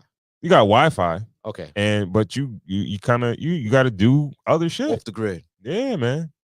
All right. Yeah, it shows you how dependent we are on being entertained by other shit instead of entertaining ourselves. Americans, we as who? We as blacks, we I would say both. Okay. I would say both. Okay. Yeah, I would say both. Okay. So nice. Yeah, no TV. I didn't see any. I'm assuming they would get some French TV or something like that. Something. But yeah, but now, yeah. So yeah, shout out to my wife. Yeah, happy 40th birthday. As a Haitian, fuck the French, but still taking that. Yeah, still taking that W. Yeah, man. Yeah, salute. Again, shout out to everyone tuned in on YouTube. Again, remember to share so we can get more people to tap into the conversation. Also, hit the like button. All right, it helps to get the video out to more people. Again, like we said, we are drinking Traveler's Whiskey. All right, this one is distilled through Buffalo Trace. Right, very popular distillery. Yeah, it is a 45 ABV, 90 proof. And we'll let this one marinate, and we'll come back. Marinate. That shit marinate. Yeah. we being the kind of dudes like, all right. So just to speak on the packaging. At first, it was very, very plain. Just a simple cork on top and everything like that. You couldn't see it, but a lot spent on drinking. The back, I'm seeing that little love on the back. Oh yes, I didn't even see that. It's a map, a little map or something on the back. Like it's looking kind of dope. Like, so it's kind of like a little trick in disguise, like because the packaging is just almost looks like a wine bottle. Yes. I didn't see that. I didn't even realize that. Yeah, I'm peeping that. Like Show the cam if you can. The more you sip I don't it, know if the camera would actually get it. Okay. Yeah, but I think it's showing a map of an area in Kentucky because it is distilled in Frankfort, Kentucky, at the Buffalo Trace Distillery. I think that's what it's probably showing because I see Lexington. I know Lexington is a popular city in Kentucky. Yeah. But yeah, I can't really I'm call getting it. the sweetness. I'm getting the vanillas and the caramels. Yeah, everything like that. When we talking about like American whiskeys, Yeah, blended whiskeys and things like that, yeah, very comparable to bourbons in a sense, but just a little less sweeter. Yeah. I'm digging it so far. A little bit of vanilla, a little bit of oak, a little bit of a bite. You know what I mean? It hit your throat a little bit, but it smooths out relatively quickly. Gotcha. So, Are you still standing tall that Americans bourbons or your joints? Like, I like bourbons, man. You like them? Yeah. I like bourbons. Yeah. Like, yo, I got a sweet tooth. Right. I'm trying to curb that as we speak because I don't eat as many sweets as I used to. But yeah, man, I'm kind of drawn to them. Yeah, in a sense. So, can we have a talk about moderation? Sure. Cigars and whiskey. It's catered after two vices. Yeah, right. Cigars and whiskey. Yeah, cigars and whiskey. What's the healthy amount of cigars you think is a week? Oh gosh. A healthy amount of cigars in your mind. In my mind, as a 40-plus-year-old man, I think some doctors would probably say like, maybe you shouldn't smoke. But we're here. Your mind. I would say healthy. Yeah, probably be like a cigar a week, maybe one a week. It's not good for business. No, it's not good for business. Mm-hmm. But I know there's some guys that smoke multiple cigars a day. You understand what I'm saying? Like, all right, so I went quickly. It says the more cigars you smoke and the deeper you inhale, the greater the risk. Although the health effects of occasional cigar smoking aren't as clear, the only safe level of cigar smoking is none at all. Yeah. Well, okay, cool. You said inhaling. Inhaling cigars is psychopathic. Some guys, man, they like the hot box. You're a psycho. You're inhaling cigars. First of all, like, we're all here. This is cigars and whiskey.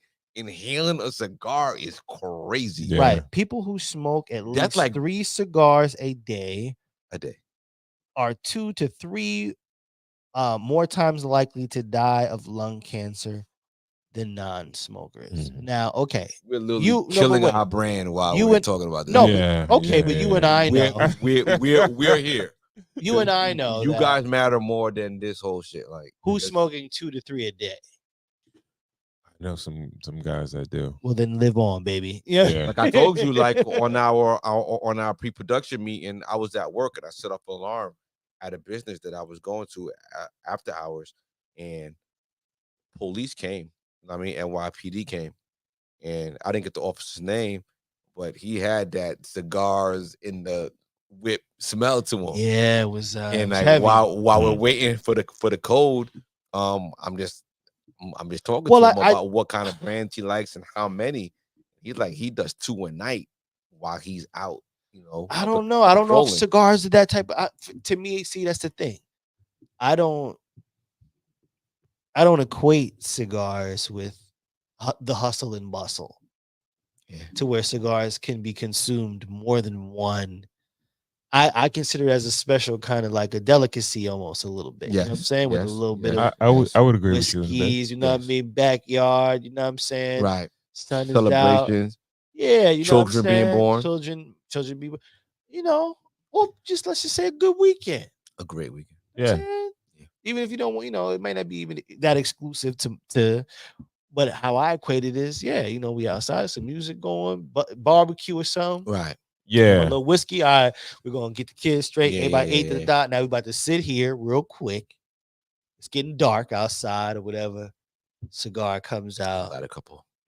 Whiskey we got going, or whatever drink you want.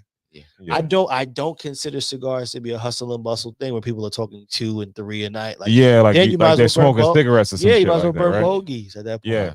Well, I when I smoke cigars, it's more or less like it's a relaxation type of thing. It's like you're gonna spend an hour and a couple hours and all, chilling out, relaxing, and just kind of you're doing nothing in that time but got enjoying the smoke. Some social people, maybe some folks around. Yeah.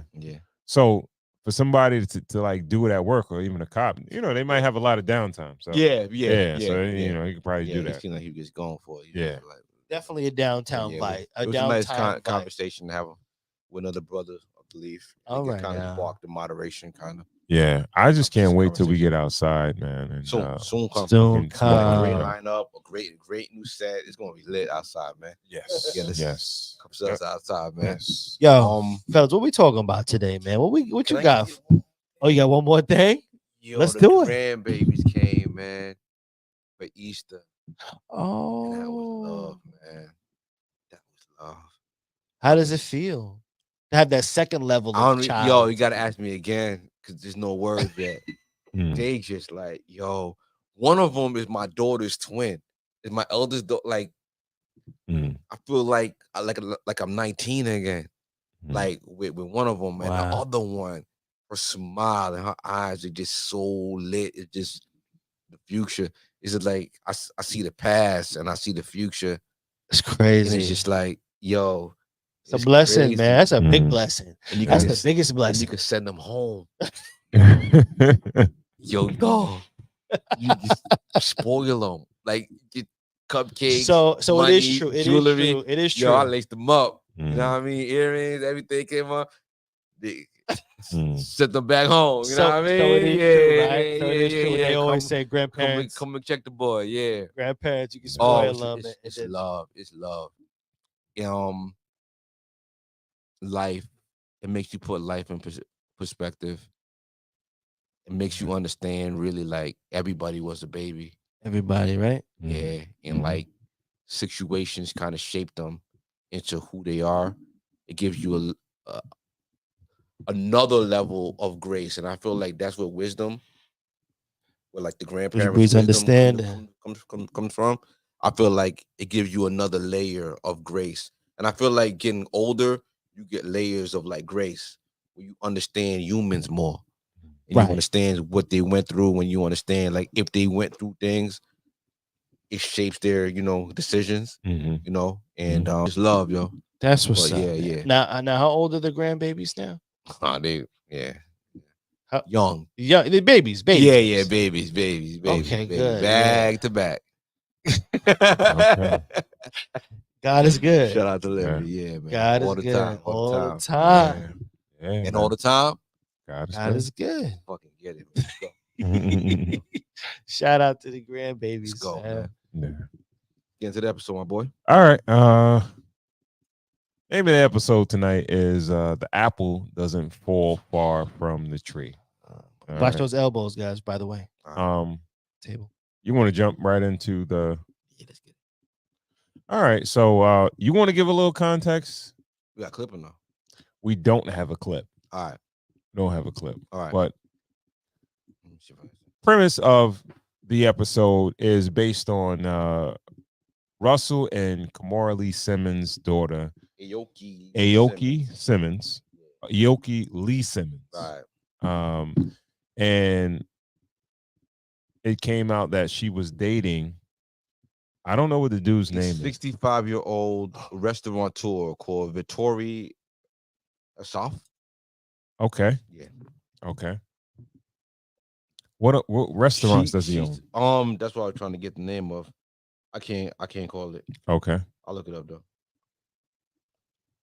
But they were spotted on St. Bart's, on the beach of St. Bart's, being publicly intimate. She's 21. She's 21 years old. 65. And he's 65. Yeah. Divorcee. He has a daughter that's 21. Okay. With his ex-wife and a son who's 17. And it just sparked controversy because it looked crazy. It looked those images on the internet of this old white-haired man kissing this 21-year-old girl in the mouth looked crazy. Because there were images of them kissing. Yes. Okay. Yeah. All right. So she can't. It looked crazy she because can't deny that she was doing something. She can't deny. It looked crazy because who their parents are. And then we kind of did a little research on we kind of look at Russell Simmons, the CEO and the founder of Def Jam, maybe the biggest record label in hip hop history. Cool. Well, it's the blueprint. It's the blueprint. Definitely the most popular. Kimora Lee Simmons, a model, and his wife, you know, ex-wife. Yeah, ex-wife. Aoki went to Harvard when she was 16, and you know graduated. She's an educated girl. Yes. Okay. You know. So now we're here. All right. So. Is there a problem with it? It's not illegal. It's not illegal. Everybody's legal. Is there something morally wrong with that? Yeah. I mean, well, that's the line. You know, that's the whole. You know, that's. Well, she's technically 21 years old. It's not like she's just barely. That's not barely legal. Right? Those are babies. Those are babies still. Nah, 21. You for the game, yo. You babies. You're a baby still. You know that.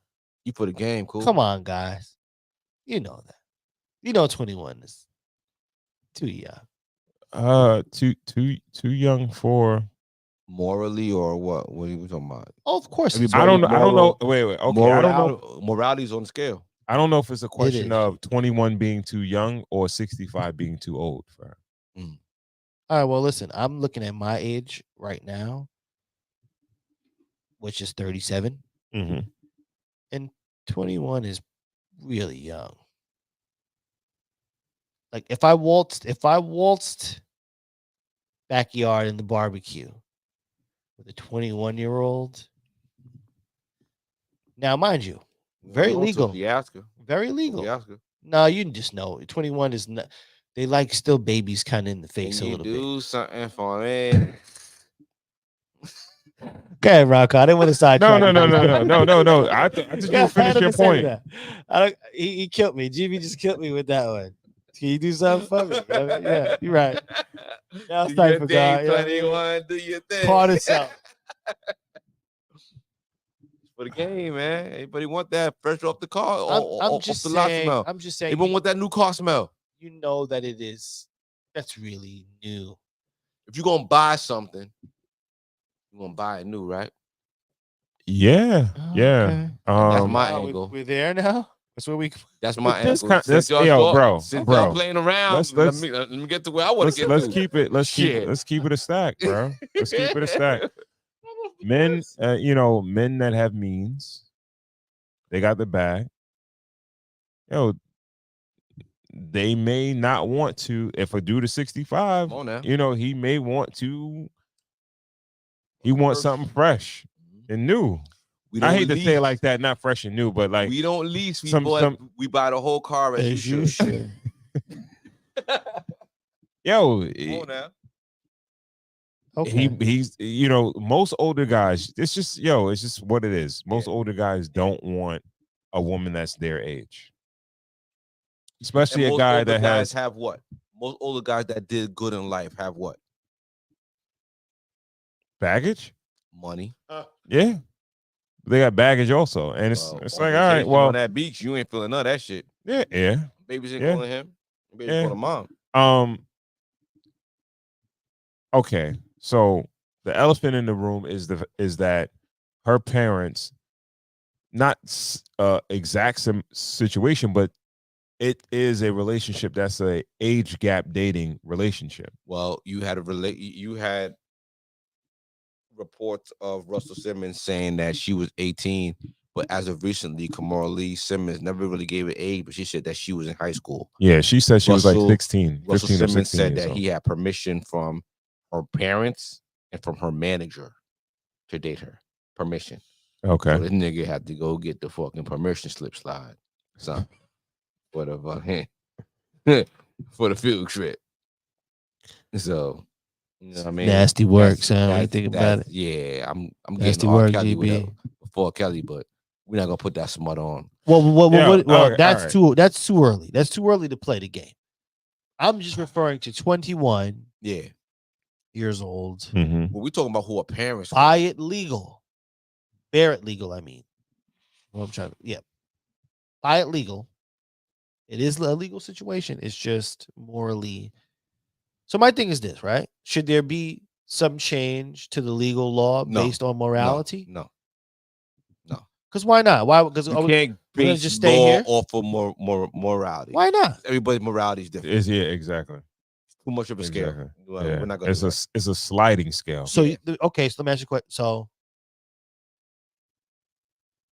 I think all laws are based on a sense of morality. Right? On a baseline. It's like on a baseline of okay. morality. But listen, well, let me ask the three people in the room. Sure. You are the age you are, whatever age you are right now. Yeah. God forbid, knock on all the wood in the universe. Mm. If you were a single man again and you had to date, would you be looking for a 21-year-old woman? You want to go first? No, I mean, don't all right. Pause. Can I plead the fifth? You can plead the fifth. All right, and can you get my answer from that? Well, okay, I'll use me for example. That's it. I'll jump out there on the plank. Sure. It wouldn't be 21. It might be like maybe like if I got lucky, maybe late 20s, 27, 28 or something. If you were like 65? I'm saying where I'm at right now. Oh. Okay. All right. Where you're at right now. Where you're at right 65. I'm talking about if you can answer the question where you're at right now. Yeah. I don't think I would go for a 21-year-old, 18, 19. No way. So you're going to have all the bread in the world and you're going to buy a used car. Like, that's what you're telling me. So you're never going to go for the new one. So you're going to be 65 and you're going to buy a car 10 years old that niggas done drove in and smoke bogus in. You know, Enterprise. I don't know. Maybe I might be more. I might be more attracted to women. To use cars. No, women. All right. Not girls. Got you. I think there's a difference based on who you're willing to sleep with versus who you're willing to commit to or have a relationship with. I'm just saying, you know.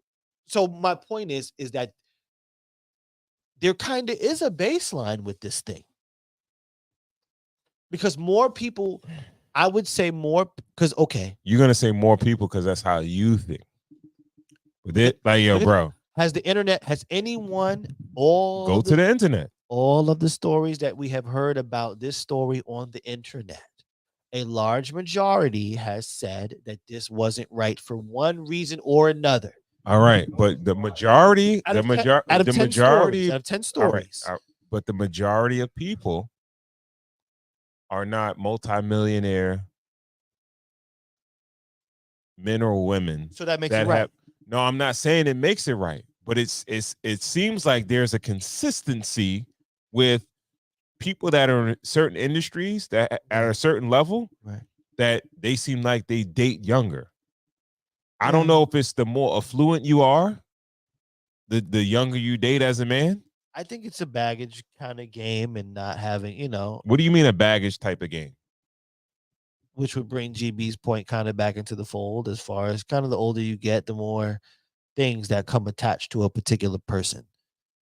Yeah, they look good and whatever. They're, you know, they got all their body parts in the right spot. But trust me, there's some 25, 26-year-old women who have their body parts in the right place.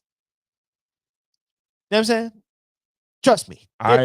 Right? Maybe some 30-year-olds that are like, Well, listen, with a Russell Simmons type of bread and access and a Diddy type of bread and access, there's some 30-year-old shorties out there that's wickedly put together where it ain't No, no. absolutely. So Absolutely. I But think it's a mentality that they're trying to purchase versus is the it a woman per se. mentality? Yeah, because you want to. Yeah, at that point, I believe that the mentality of a early 20s woman, I'm not sure majority of them I could fuck with on that level. well, you're only making my point even more than you know what I'm saying. You're just making my point more. You know what I'm saying? Like you might go for 30. You might go for okay. I need at least 35. Where whatever your thing is. My point is that if you just need a hole, the general. I believe the general consensus. The fuck, like I believe the general curl your hair in a hole. consensus is large enough where a law could be set within the morality of things. That's all I'm saying. Who you talking about changing the law?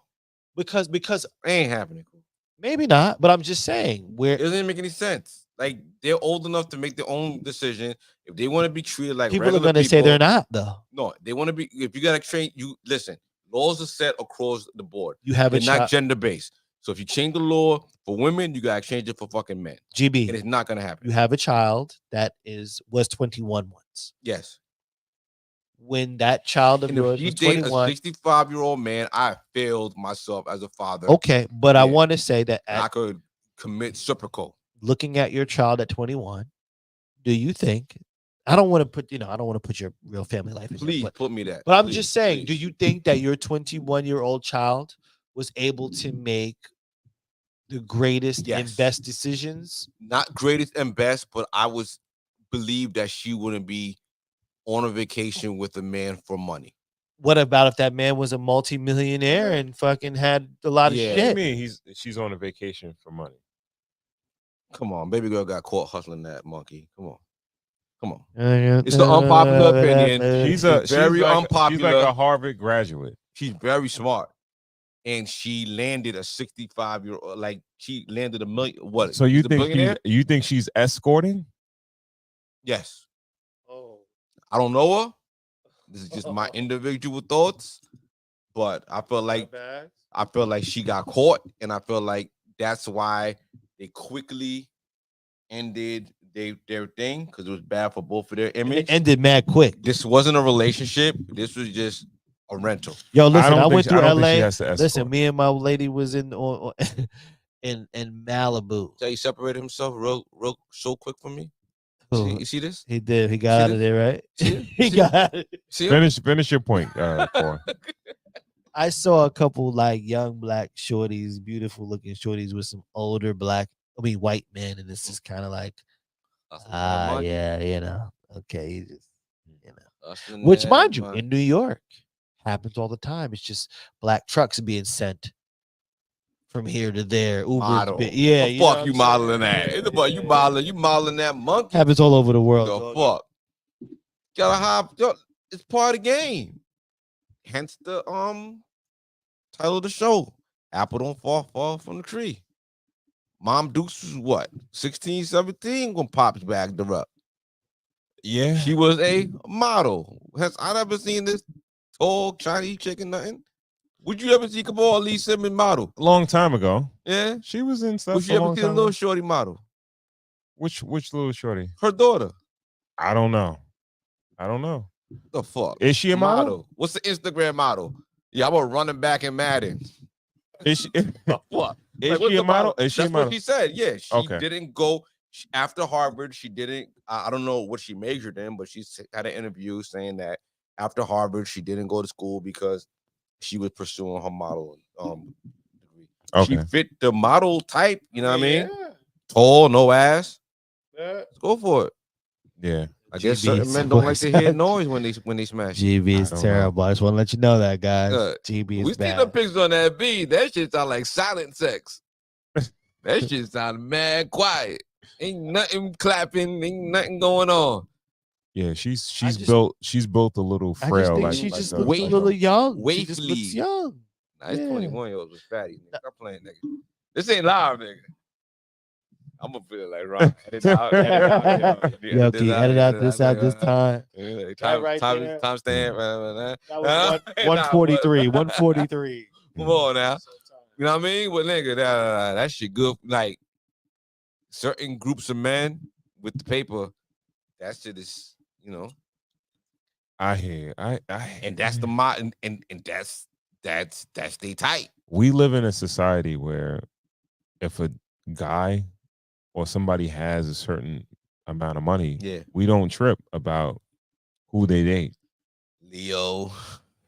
Yeah, we don't. Derek Jeter got out the game, but Derek Jeter was notorious for Derek it. Jeter been quiet lately. He got married. He out the game. It's like he out the game. The rules and Derek Jeter in a minute. Survive. Ain't no smart. The rules, the ethics, the morals, they don't apply to everybody, which is not cool. Well, please elaborate. Who do they apply to and who do they don't? I think if this dude wasn't a millionaire, now you're hearing backlash, but you know it's not going to be super duper loud because he is who he is. Well, let's go. So if he didn't have no paper, it was an older 65-year-old man bag something up. It wouldn't be, because saying that, I watched the Kendrick G episode. Like I don't know, that's just my like vice when I'm like when I have nothing else to watch, I'll just watch like a little like an episode of that. There was this woman in Memphis, and she had a couple of kids. All her kids were older. She was like 46, and she had kids when she was like 15, 16. Her parents died, and she got with an older man. Okay. And this dude took care of her, but he was having sex with her and having kids with her. I mean, she never married him because she never loved him, but she knew that this dude was taking care of her. And she finally got loose of him when she got older and her kids were older. So she wasn't financially burdened by him anymore. So she finally left. You know what I mean? And they asked about Kendrick G asked about dude got another young thing. Okay. So that's some dude's game, but that's certain chicks' game too. Certain women, and while I'm like listening to more interviews and I'm listening to more women speak, I feel like women are attracted by two different men. They're attracted by men who can financially provide for them. Yeah. And they're attracted to men who they are like physically attracted to. Okay. So it's kind of like that. So are we wrong to like shame Shorty for chasing the bag? When her parents, when she's a product of the bag. Yeah. I'm not sure how much we could actually fault her for this or dealing with an older gentleman that's like financially secure. I don't know. I don't know if we could actually blame her for that. Right. Yo, bro. Again, like we said before, it's not illegal. Yeah. We're past that. There's no real ethics community. Nothing wrong. The ethics committee is the fucking comment section on social media, and that's it. It don't go no further than that. Come on now. Come on. But yeah, I don't know. So let's talk about, is it a failure of parents? Are you a failure as a parent if your daughter dates at 21 dates a 65-year-old? I believe most women that date older, like that much older, that is a daddy issue. Right. Case in point, God bless my sister's soul. Her the father of her children, of the majority of her children, was my father's age, and he was actually a friend of my father. But she didn't have the greatest relationship with my father. You know what I mean? I felt like she was trying to be like how can I say, like, she wanted his, like, she was vying for his attention, and he was doing him or whatever, you know what I mean? And I think that's why she ended up in the situation. Not to say it was a terrible situation, she loved the guy, and she had 5 kids, but 4 of the 5 kids were by this guy. But he was an older gentleman, and probably like close to 20 something years her senior. And she generally dated a bit older. But I always from what I saw, or my hypothesis is that she was always looking for attention from my father. That's why she did that. Right. So that's fair. So what do you think? What's your perspective on that? What I caught you off guard? He want to talk shit and then not even answer. That's what he wants to do. He doesn't want to answer the question. He pled the fifth. It's a failure of fatherhood. I feel, Listen, I think the law needs to change. Come on, the law needs to change into what? It ain't happening, my boy. Like, if you have to change it, you gotta change it across the board. You gotta change it across the board. Change you gotta the law? Change it for women, and you gotta change it for men. So then men can't smash nothing at 21. They can't, you know what I mean? Like, come on now. Man, I think it should be okay. Like, until a female is about 25, that, man.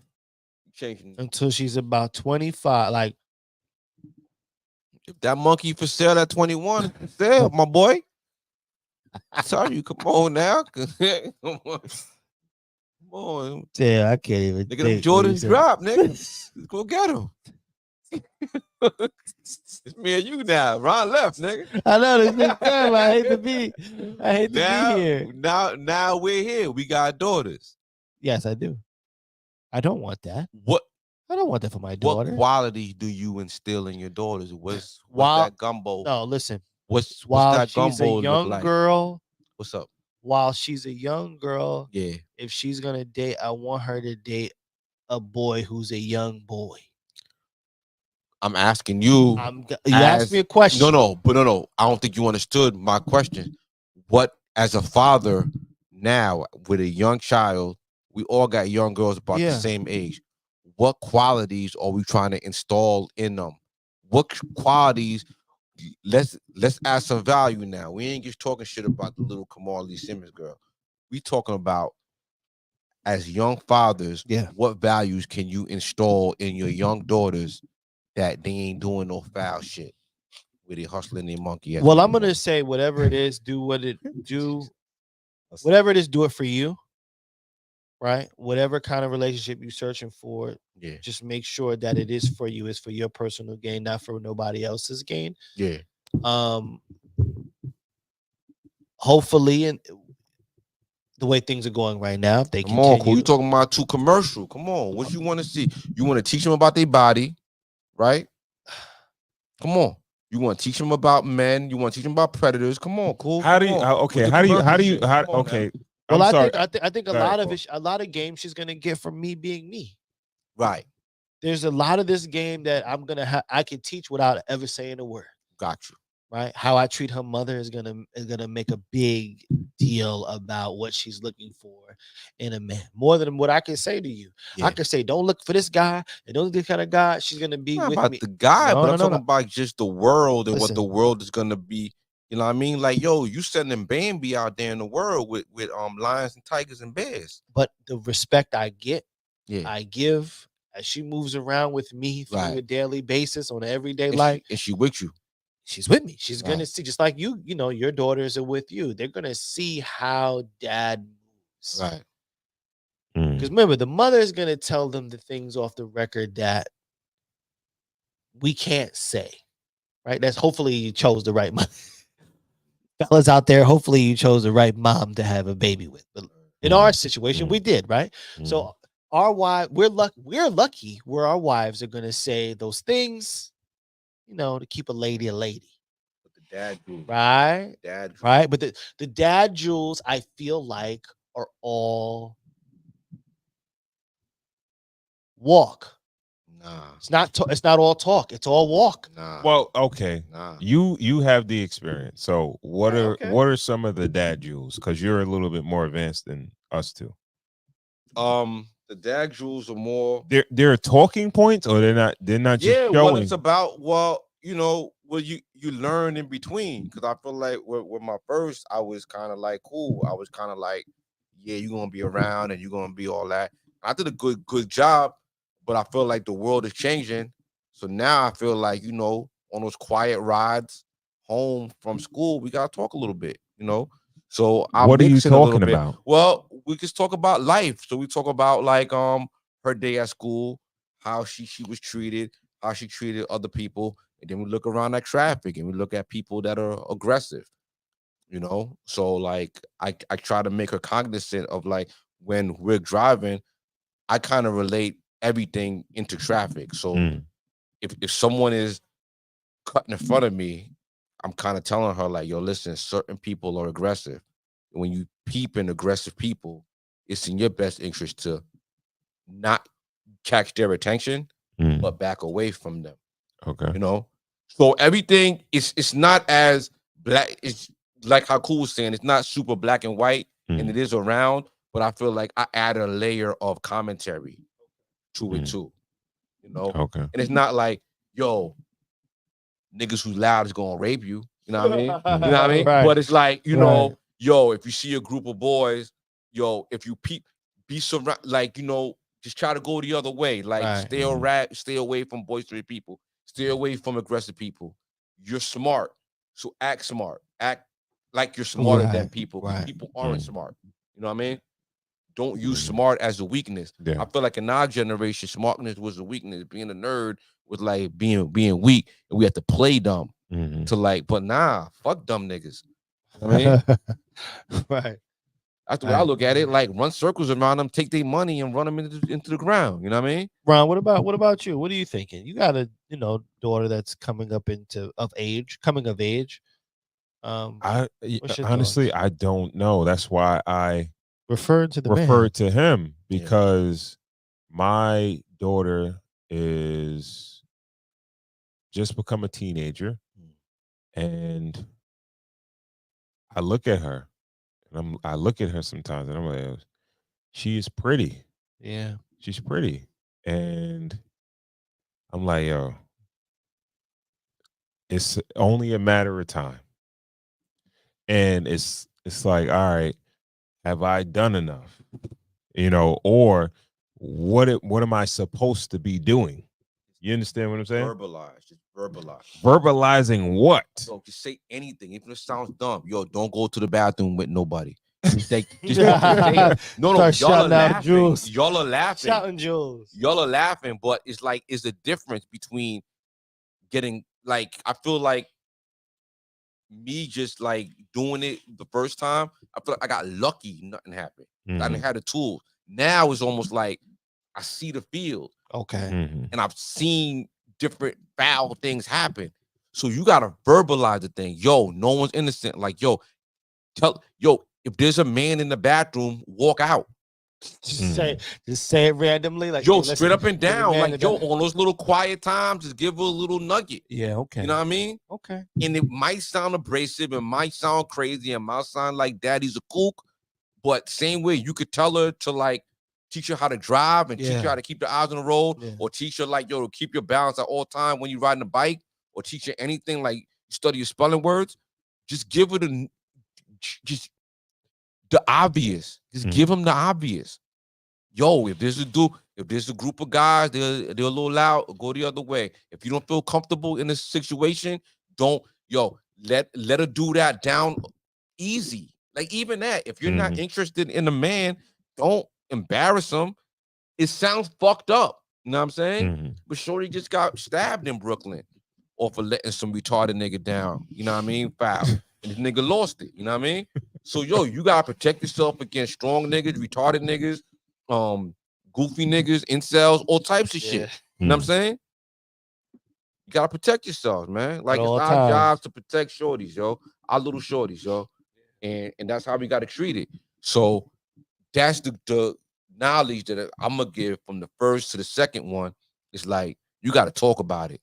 Just being the ill nigga, being Right. around her, it's fly. It's good. Talk your way through it too. Talk. No matter how goofy you think you might sound or whatever, let the fucking jewels soak in, man. Yo, and you know what, man?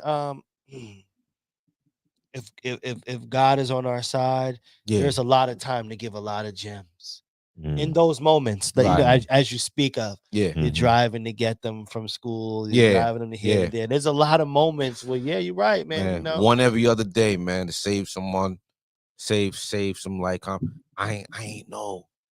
You just imagine sitting there and just hear, yo, dad, I ain't know. Yeah. Damn, I ain't. That's gotta hurt a little bit. It's I ain't know. crazy. Like, I never told you that. Yeah, you never know. And he's like, it's right there. Like, that's, you ain't see it. Like, nah, I ain't see it. I ain't know. No.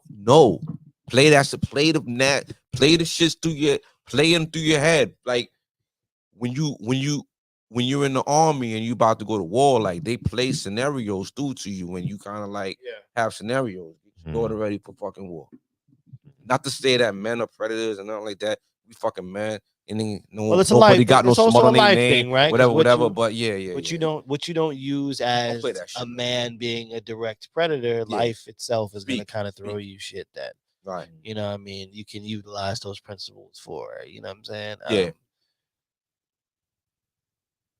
It's rough. I don't want to go like into full parent mode because I'm just thinking, you know, us having sons, you know, whatever the case is, but maybe we'll say that for another day. You tell what about the I'm sorry, I didn't mean to cut you, but what about the double standard of it? Like, if this was you know, not to take anything away from it, but if this was a young boy with an older woman, would it be this newsworthy? Well, we just talked about the Dre Michelle thing, right?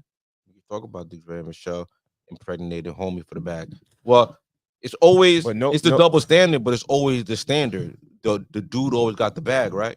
No, well, sex work is sex work, right? Yeah, but you know what the thing is, like with the Dre and Michelle thing. I think she got tagged with the label of a predator because she was going after his money, not after financial predator. Yeah, financial predator. It wasn't like, yo, she's mad older than that a he little is. bit though? Yeah, like, sure. On our level, well, not saying our level. Well, let's say on our prior levels that we've been through. If a younger guy was dating an older woman, it was usually for the resources she had. Might have been a car. Sometimes maybe the car, maybe the thing, might have been a car, crib. Maybe that's all he had available. She cooked mad good. Probably the crib, yeah. You know what I'm saying? You know what I mean? They went over there. There was a plate. It was some warm food, a little shower, a little something. You know what I'm saying? A chick could be your age, and you could do the same thing for her too. But remember when we was young. No, think about when you're 18, 19, 20. What 18, 19, 20-year-old girl got her own house and good food for you to eat, and good shower and some clean towels. Back to Juice. Q. Yeah. Was dating Shorty. Why was he there? It was a lot of goodness going on. Little plate. Yeah. You know what I'm saying? A little warm, little heat. Spot. Yeah, it was a movie too. She had the spot. It was a movie too. True. But come on, Ron. Don't dispute that. You know that. Yeah, when a nigga was 18, 19, chick had the car, or chick had something. Yeah. Chick your age. Like I watched that movie. I'm like, why is she dating a nigga in high school? Like, why she dating him? Yeah, like stabbing a nigga. That was pretty bad. Yeah, I'm sorry. I didn't mean it. Don't be afraid. Don't be afraid. Don't be afraid. Don't be afraid. That's a great soundtrack. Your soundtrack is up there, right? Yeah. Up there with Sunset Park. Yeah. Sunset Park, In too deep. It's one of the hardest soundtracks. I'm gonna raise you, Sunset Park. Damn, I don't want to give you because that Mob Deep like that is on there. One of my favorite Mike D. Come on, son. That Sunset Park was fire. I'm gonna give you New Jersey Drive. That was a good one. Can't you see? You know, they had the Isley Brothers before I let that go. Was a good one. That New Jersey Drive soundtrack. But what about the In Too Deep though, my nigga? How to Rob initially? It was crazy. Legendary. Come on, legendary. That's gotta be the about it. Everything. Shit, Waiting Next Hell. Yeah. Ooh. Wait next. Oh, see, that was a different type of ill. Right. But yeah, I'm sorry. Yeah. We always go music real quick. Cool. Yeah, we were talking about protecting the women, protecting the girls. The girls get babies. The girls get a little bit more protection than the guys. Like they should. How do you protect your son though? What do you say real quick, Ron? I don't know. I feel like as men we would allow. No means no. We might even pat our sons on the back like, all right, you working this old shit. No means no. Huh? I feel like you teach your sons by saying no means no. What does that mean? That means your first girlfriend to your wife. No means no. I don't know. I don't understand what you mean. You gotta like, elaborate. yo, fam. I feel like rape is one of the biggest. That could take you off the board. They could take a man off the board. Be misconstrued, and then you could be in it. You could be smashing for a week straight. You could be married to her. You could be whatever. It could be your first time. If she ain't into it. So you're telling that to your son? I feel like that's the first. I feel like. What are you telling to your son that's dating a woman that's 20 something years his senior? Well, no means no is off the board already because it's already, you know what I mean? Well, no means no because she already learned it, you know what I mean? So now, like the older dudes is like, yo, fam, like, it's the stepfather talk, you know what I mean? Like, I don't know if she has children, but she might be looking for a father for her kids. Yeah. You know what I mean? Or I mean, look. Young men don't do this. Young guys, I would just say they gotta focus. Like young guys have to be busy. You know what I'm saying? And then, the woman, all that will fall into place. If it's an older shorty, you know what I'm saying? She might be keeping a nigga on track or something. You know what I'm saying? Might be keeping them, you know what I'm saying? Okay. Want to go. I don't know. But listen, can I ask a question? My only point was there morals. Okay, what do you think is going through this young girl's mind, this 21-year-old girl's mind, when there's an initial approach or a conversation or there's that moment of like, oh, he's interested in me or whatever, and we may do something. Chuk-ching. I feel like it's chuk-ching. Like she hit the jackpot. She is trying to fund. So you feel like she's trying to fund and prolong her lifestyle. All right. So she is the daughter of a prominent hip hop mogul and a model. So why would you even put that on her? Like she's the daughter of prominent hip hop mogul, mother that's successful, also financially successful. Right. She's a Harvard graduate. Yeah. She could probably line up a guy that has prospects or a family that has money that's more in her age range from college. How's that New York City apartment? How's that $5,000 rent getting paid today? Bro, they have enough money to pay that. They're in litigation. Their parents are but I don't think they have like to pay stuff like that. It's talking about paper. That's light work. About real money. That's light work. Sponsor? That's light work. We talking about people that supposedly had made hundreds of millions of dollars. We're talking about survival now, and niggas done stole their money. They're in court right now because so money. You think this dude is just a safety net? Some dude, he was until she got caught. I think it was her worst nightmare that got caught. So we fucked up her bag. What you mean? Like she was gonna keep this private, private as like a sponsor? She got a private sponsor. sponsor? She would have been rocking. Yeah, they swooped in on her shit. She's like, shit. She would have been rocking. Like she's riding this until Christmas, October. Like she was going, playing her position. I really don't believe that they spent that type of money to send her to the schools that they sent her to in order to just find an older guy to sponsor her versus like, all right, finding a husband. They didn't find it. Or even her. Like letting her go ahead and find an older. Around, she's in Harvard, so she's around. All her peers are from parents with money. All right, now they're not all dating fucking 65-year-old guys. Yeah, but models. What's a model? A model is just a brochure for the monkey, bro. All right, she's she's a model, but she's a Harvard graduate also. Yeah, but she's fucking showing she's making money off of her looks. She's not making money off her brain. You ain't talking about she is in STEM or she's a bioscientist and she's on science and she's on she literally puts makeup on and put a bikini on. You're minimizing her. Yeah, well, it should be minimized. How should it be minimized? You're just making money off of your appearance. It's the bare minimum. You can be a model because you're pretty. And that's it. You can't be a Harvard graduate just for any particular reason. Right. You have to be you probably have to be smart. And you are making your own, and you are making your very own case. What? How that so? means that so she can't be from Harvard and be making her money, somewhere else. Like she's minimizing herself, so she's to be minimized. No, you are a Harvard graduate and you made, like you are college educated. You could be in biomedicine. She can't help that. All right, if she's attractive enough to be a model, all right, fine. But that doesn't mean that's all she is though. And that doesn't mean all right. You're taking that away from her because you think she's stupid enough to just like, yo, all right, I just got to find a dude to hold me down or whatever for money, right? Yeah. But who's to say she's just not smart? She's smart enough to do her own thing. So is there Uber Eats for smart shit? Can you like freelance as being a smart nigga? Like, what can you do? Like, what's the freelance job for being a smart bitch? I don't think. All right. I don't know. I know what a freelance I don't know job. All right. I know what a freelance job for being a good looking chick is. I think that having the credential of being a Harvard graduate comes with that, and it comes with a networking. It's cool because we're talking about it. I feel like it's more pressure than anything, Ron.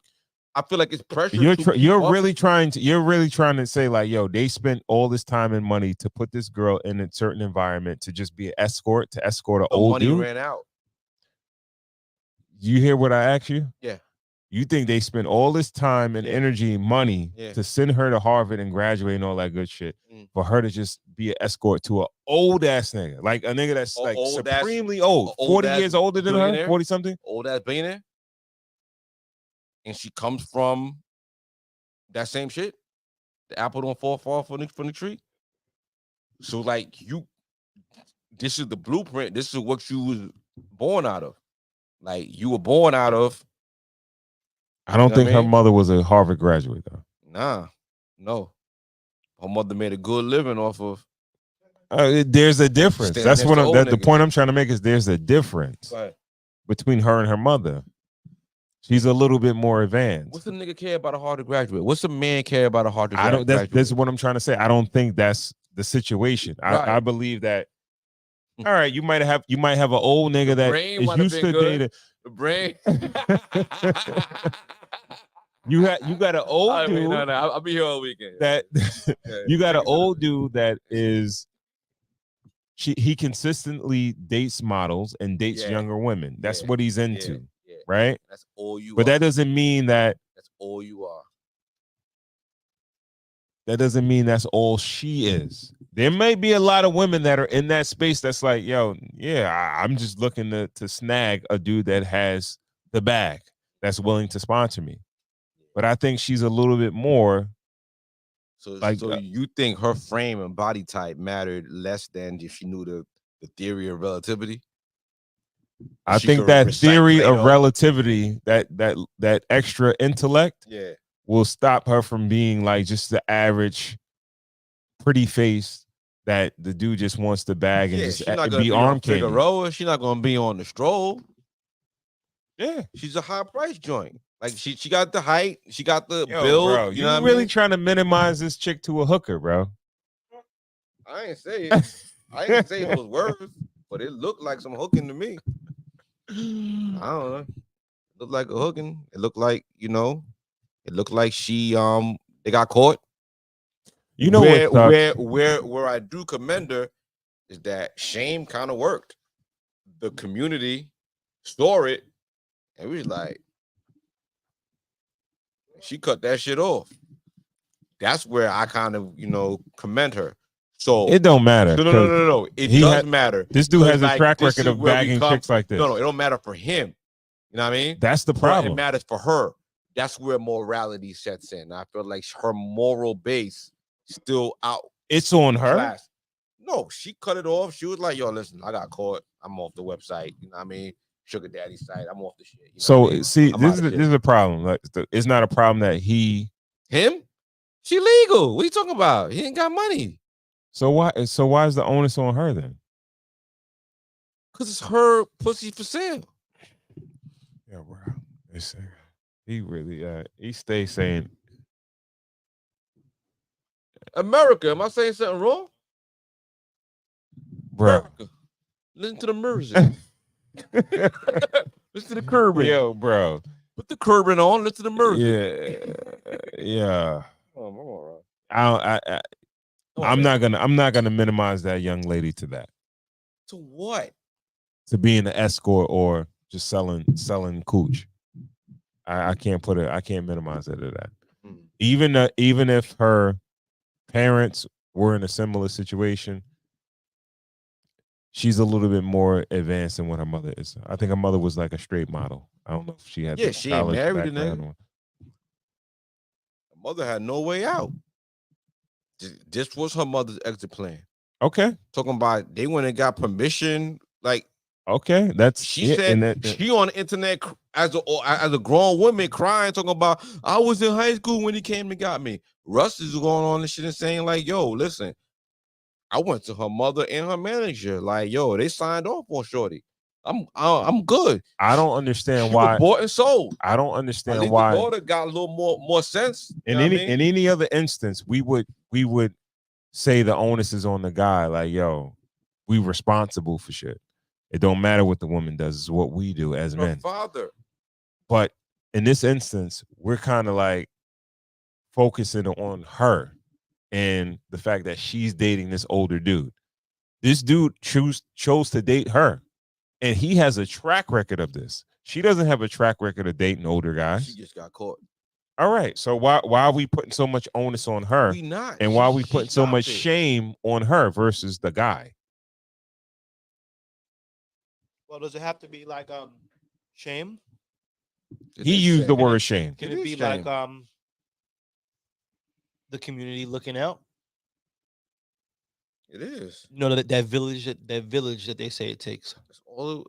It's all right. So my thing is shame the guy. Don't shame her. He's not of our community. Yeah, he's maybe not of anything that we can't control.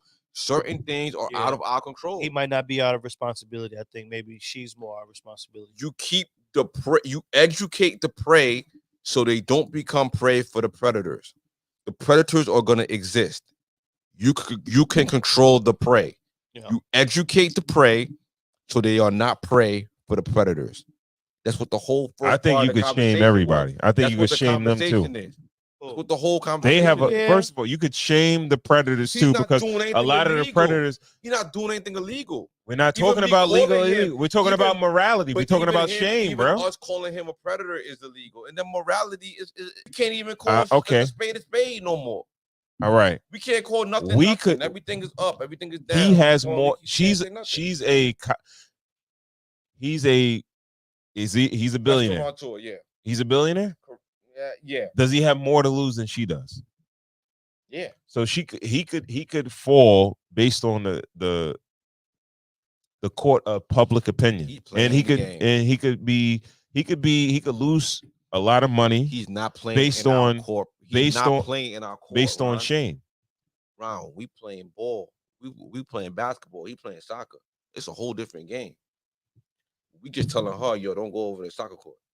I understand that. Still over here. Yeah, we could tell her that. Yeah. Like you could tell your daughter, like, nah, don't go over there. Yeah. But if it's a nigga that's lurking around, like, nigga, I'm on your ass. Nigga, you around where my daughter's at. Now, if it's that's Russell Simmons. Now, if you caught your joint the same way, now it's the Spider-Man meme, right? But looking, it's the fake Big 3 again. Okay. Shout out to Corey Cool. Throwing shots over there. Yo, can I give a rest in peace to OJ? Oh yeah, for sure. Man, shout out to rest in peace, OJ, man. Yeah. I'm born in 80. Which year you born in? 81. 81. Yes. It was like always kind of on his way he was playing, but we were kind of too young for his playing days. Right? Right? Yeah. I kind of got into OJ from the Hertz commercials. Yes. And like Naked Gun. Yeah. When I played Little League, I wore number 32. Oh, for real? So, yeah. Because of OJ? It wasn't because of OJ. But that was a popular number. Like, and I was a halfback. Right. And you had Jim Brown, you had OJ, you had Franco Harris. Right.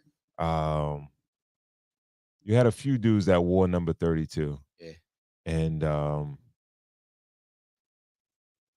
yeah. I knew OJ more or less, not even from the Hertz. From the Hertz was one, but Naked Gun was Naked Gun. Naked Gun was he had that perfect afro. Yeah. That smile, big dude. It was like he was like the first action hero. Like, you know what I mean? And he was just not even action hero. Like I seen him in the comedic light. Yeah. And it was like, yo, I never knew at that time when I was young and I started playing football. I never knew he was so ill in football. Not even close. Like, it was just Naked Gun, bro. Yeah, and in the Hertz commercial when he running through the airport and shit. But it was like Naked Gun. Like I was a comedy. Yeah. Anything comedy when I was like 5, 6, 7. Yeah. My parents had to take me to the movies to see the shit. And Naked Gun was hilarious at the time. Yeah, sure. I felt the same way, man. And then we were in high school with the old Bronco joint, and that was crazy. And you know what he became after when he came home. OJ is a big part of culture. Like he's a big part of my culture in my life. Like he's a big part of my life. Is he really? Well, from is it what the trial, the white Bronco, he was the first kind of like. But when you say that, it's based on that, not based on like what he did as a football player, what he did as an actor. I don't even. I can't even give you like a OJ play. I'm just thinking about what he meant after, and everything, and Johnny Cochran, and if the glove don't fit, he must quit. Him getting off, him going back, and then even later on, him being with Cam and Mace was like a perfect swan song. I got to watch him like every week, and they were clowning him. He took a joke so well, you know. And even the last kind of conversations he had with Mace, with people playing with his name, him insinuating like he was a little gangster, like it was just fun. OJ is one of those generational personalities, and he'll be missed. You know what I mean? I miss the juice. What do you think about Caitlyn Jenner? Yeah, her post. Bruce is wild. Yeah.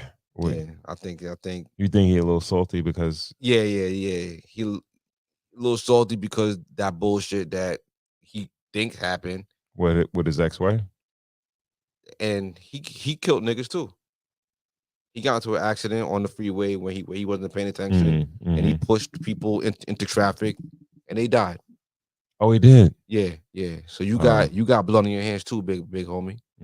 So the pot calling the kettle black. You know what I mean? If they didn't do it, you might have did it by accident or whatever, but you ended life. So you blaming this man for the same shit that you perhaps could have did. You know what I mean? Question: You sent over a. You watched it. Yeah. Do you agree? Disagree? Judge Joe Brown, man. He's very convincing. He's convincing, He's man. very convincing. That's my dude, yo. He put together a beautiful case. I believe everything Joe Brown talking, man. Because I don't think it's based on his own interpretation. He went through facts. He said, and I'm not even doing this in order. He said the shoe size in the blood was like a size 9. OJ was like a 12. The gloves were like a small, or like a large. OJ wore like a double 2X, XL. Yeah. The glove didn't fit. Everything. Mark Furman was a known racist, and they caught him on camera. And they caught him on planting evidence. It's like, yo, what you the dudes that died ran up a crazy drug tab. This is a professional hit. The stab wounds were done with a left hand, and OJ right-handed. It's like, come on, not like when you lay it out. You know, I think it's fun to kind of think that, you know, I feel like with Americans with like slavery brain, we like to kind of like feel like, yeah, did it because we got one off of him because of Emmett Till and everything like that. So many injustices done to black. You think black men. people felt like that? Yes. Yeah. I think that whole we got one, that whole thing that I feel like it's a black thing. I don't. It's a black people living in America thing. I don't think that's reality. Okay. I think for black. No, I'm just saying for black people to believe that. Like no black man that actually really committed a crime would have gotten away with that crime. And I think that shows, because based on what Judge Joe Brown said, right? He came with a lot of facts. A lot. Right? And we like, damn, he got off by the skin of his teeth. But he did. No, we believe that. But in the courts, they know this. They got all this information. Now, if they relay it to the public, that's something different. Yeah. Right? And for him to get off, it probably wasn't that far-fetched for him to get off because they didn't have certain information. Or it was interpreted to us one way where they really didn't have that type of evidence to convict him. Yeah. You understand what I'm saying? So we think, oh, he just got away, and but basically what Judge Joe Brown was saying, like, nah, it was mad shit that was inconsistent. It was mad shit. But when the deck is stacked against you, it is an anomaly to win. This is what I'm trying to say is that it could look like that, right, to the general public. Yeah. But in the courts, like, they could feed us certain information to the public to make it look like he's super guilty. Yeah. But they know they really don't got it. You understand what I'm saying? Yeah. So it's like, all right, we're going to make this black man look guilty, even though we know the evidence doesn't really stack up. Because he said he should have never even went to trial for that shit. Yeah, it was crazy. Yeah. He said based on the information that they had and all the evidence that they had, he should have never even been. Dude had a drug tab. Like, he owed them boys some money. He got a Colombian necktie, both of them. Like, it was a rough scene. You know what I mean? Mm-hmm. Yeah, but OJ running and everything like that. It the whole chase in the Bronco, the helicopters being out there, didn't help. No, it didn't help. No, and that's where we all have to. And I feel like that right there, and that and now like black zeitgeist, that's the first court of public opinion lynching. Yeah, it is, but we got to keep in mind people, we all have to, and people of our age, we all have to re-examine how we felt about that. Because honestly, if I didn't watch that Judge Joe Brown, clip, I would have came in here and be like, "We got one." Yeah, you know what I mean? Yeah. But honestly, after watching that, I don't think O did it. I don't think he did it either. Rest in peace, Orenthal Juice. Yeah. You know what I mean? Yeah. All right. Rest in peace, Mr. C. Yes. Yeah, man. Big one, man. Big one. Yeah, man. Real joints were big. No made up shits. No made up shits. I don't know if he's as celebrated across the world as he is in New York. Well, this is where we at. I think he may be a staple in New York versus he may mean more to us than Biggie, Club Speed. I like Club Speed. Motherfuckers legendary. Yeah, like, nigga, Big Daddy Kane. Yes, Kane. My guy, like, you know what I mean. Shouted us, White Star, like as White Star, as as party promoters, we did plenty of parties with Mr. C. The finisher. When he got on, he was always professional. You get Mr. C on for 2 hours, he gonna tear that shit up. You know what I mean? Yeah. The New at Noon. You know what I mean? 197. Mm-hmm. He went. You know what I mean? Yeah. Great, amazing DJ. I'm gonna say top 5 DJs ever. We lost the big one. Yeah. My takeaway from it is I want to live more. I want to live past 57, man.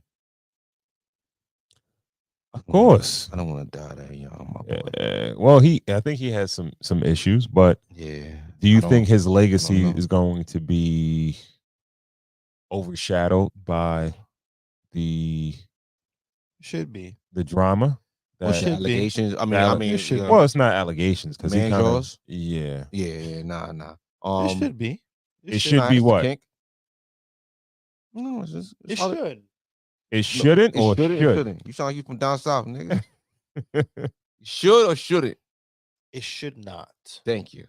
Okay, we ain't know what you said. I first said it should. I was like, it shouldn't. That's not like you, my boy. Shouldn't. Yeah. No, one of the comments on social media on a post that I saw, it was somebody saying, "Oh, the trannies are gonna miss you," or whatever. This and the third. Yeah, people. Somebody responded like, "Yo, like chill," type of shit. Yeah, and he was like, "Yo," and the person responded again, say, "Yo, I could say that because he was one of my clients." Oh well, then. Oh Jesus. Yeah. No, people. People that tranny was the finisher. People. Oh my God. I had to, my boy. It's fun, man. No, listen, man. Nah, yo, your kink shouldn't. He copped to it. Yeah, he admitted it. Yes, what he liked. And you know what's crazy? Shit, man. It's like once he said, "Yo, this is what it is," nobody had no more jokes. It was like, "Yo, it's over with." They couldn't hold it over his head. They couldn't. Not really like that. They couldn't expose him. They try to play our community like we're like homophobic, but we not. You know what I mean? It's like, yo, if you own it, we own it. We protect you. Like, yo, you always ours. You know what I mean? And he's a legend. He's talented. You know what I mean? That's not his legacy. You know what I mean? Like, yo, when I came off the porch and I first started putting gas in my car and going to the city, Club Speed was my spot. And he was the dude promoting that shit Friday. It's like, think about like, you had to decide if you were going out at noon. He would get on at noon and be like, P.D. Pablo's in town. You know what I mean? At Speed. Like he would announce it that Friday for you to get online at 11 o'clock. So you kind of had 10 hours to get an outfit, get the crew together, go out, and then all that. It's like, yo, unless you decided you was going anywhere, no matter who was going to be there. But like, it was a movement. It was something that is never going to happen again. Like he moved the world. He brought Biggie to us. Yeah. You know what I mean? Yeah. Salute to Mr. C, man. Rest in peace, my guy, man. Great DJ. Spoke on the mic, turned the shit down, spoke on it, hyped the crowd, everything like that. It wasn't just playing music, everything. Salute, man. Rest in peace, my guy. Yeah, man. He was a great DJ. Yeah, great DJ. Yeah, for sure. Yeah, man. What else we got, man? I keep going. Huh? Let me get one more. Okay. Oh, cool. Yeah. I think I got ghosted, man, by one of my friends, man. About what? A day one, like a sandbox, it's a friend that I've had like easily over like 30 years. We've been friends, you know what I mean? Day one. He show up for me anytime I need him, everything like big things. He's been more of a friend to me than I've been to him. Okay. And maybe like over the last two years, I'll call and I'm not getting the answer. I'm not getting sent the voicemail. I'll leave a voicemail, but I'm not getting a call back or nothing. And we haven't spoken nothing. You know what I mean? Busy guy. You know what I mean? But like, should I just give it up? Am I being ghosted or like what? What'd you do to him? Nothing. But you had to do something. No. Come on. To be me, you have to understand. I'm not easy to be a friend. You have to be in the mood to be my. I'll call you after the salutations. I'm saying some crazy shit. Like I'm a tough pill to swallow. Like if you're not in the mood for me, you're not gonna really try to deal. Cool. Like you're not picking up the phone for me on speakerphone. I hope you're not. Whenever you call my phone, I know it's some music shit. Yeah. All right. Yeah. Right. This nigga got Right. I don't think I'm needy, but I am a. Well, How long has he not been picking up the phone? Like 2 years. Oh, well, that nigga don't fuck with you. Yeah. Well, yeah. I get it though. What did you How do do you to get him? it? What did you do to Because him? I didn't. No, I didn't do nothing. You had to. You had to do something. No. I just don't 2 think he's in the years? mood. I just don't think he's in the mood for me. 2 years? For 2 years, bro. Maybe Somebody not in the mood for you for 2 years, bro. I guess. What'd you, GB, think? Stop for a second. No, I've never done anything. Are you that bad of a friend that you don't know what you did to this person? I'm a caller. You know, like I hardly ever text you. Like I'll text you in the group chat. But if I got something to do, I'm a caller. Yeah. Right. Some people don't want to talk. No, I don't call nobody. I don't really call anybody. Oh, for real? I don't. So I'm surprised you pick up the phone because I'm the opposite. Yo, take a phone call. I'll take a phone call. He gonna talk to you for a minute. You don't call me, right? I don't. I don't call no. I'ma see you when I see. I want to see you in person. Type of person. Or listen, I love calling. I call. If you call, I play roulette in my phone. I'll call someone just out the blue. If you call Ron, I love to just talk to people. I like to talk to people. Like I like a nigga. He gonna stay on. He'll stay on the phone with you for a minute. Right? Yeah. He's not gonna call you, but I don't call like that. But I'm not gonna not take somebody's call. You did. That's when I don't fuck with you, bro. What can I do? You could do a lot. I don't, bro. What'd you say? Who? Okay, well, you had to do something. I don't know. See, that's that shit. All right, but that's that shit. I kind of want to talk about the psychology of it. I don't take it personal. You don't take it personal? It's fine. Is it really? I've never done that to somebody. I've never actively. Someone's calling me and I'm not picking up. I've never actively done that, and I'm seeing someone reaching out, and I never. So you never had a problem with somebody, and you like, yo, they don't know that I really have a problem with it, but I don't fuck with. I ain't fuck with. He's calling me every 4 months just to call, and then he's talking on my voice. Like I'll talk on his voice, like, yo, what up, big dog? Like, hope everything's good. Hope the boys doing good. Are you really friends, or you just think you're friends? We're friends because when he shows up, he shows up. Like if I need something, he'll show up. That's my guy. But he's in a different place in life. You know, he's married, got a kid, got 2 different things going on, big things. He genuinely be busy. Sounds about the same as what you're dealing with. Sounds about the same as of what you're dealing with. Yeah. Right? Ordinary. I wouldn't do that to somebody, but I could understand. I could empathize. Where okay, so what are you asking, nigga? What's the real question? GB, what is the real question that you are asking us right now? This is kind of like therapy. So there's no. I kind of want to run it past y'all. Let's see how I should feel. Like the house is burning around me. I'm like, everything's fine, but it's a shot to my ego. It does. It's a little like I do find it a little hard to believe that there's nothing that was done. It's nothing. It's like I don't think so. Maybe it's like it's not even like maybe the podcast, maybe like a social media presence, maybe the things I'm saying on the podcast is like. Did you ever say anything that could trigger him specifically? No, I don't think so. And like generally, but I just kind of wanted to run it past y'all and see what y'all felt like. Like, which you good, man. I could give a shit. If you're not taking my phone calls after a while, I can give a shit. Like, all right, we're not friends anymore. Probably. I do feel like relationships. But now it's kind of fun to fuck with them. What'd you say, Corey? I'm not going that fast. I'm not going that easy. Relationships do change with priorities and things like that. So I could see certain things getting away from a person. You know what I'm saying? Maybe someone you used to hang out with every Tuesday. You know what I mean? We ain't got a drink for 20 years or whatever the case was.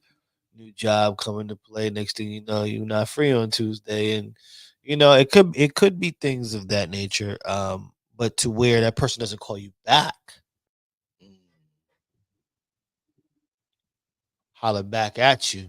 I feel like it's an emphasis, like it's an exercise in that might be something a little personal in emotional intelligence, where it's like we could like not like that shit.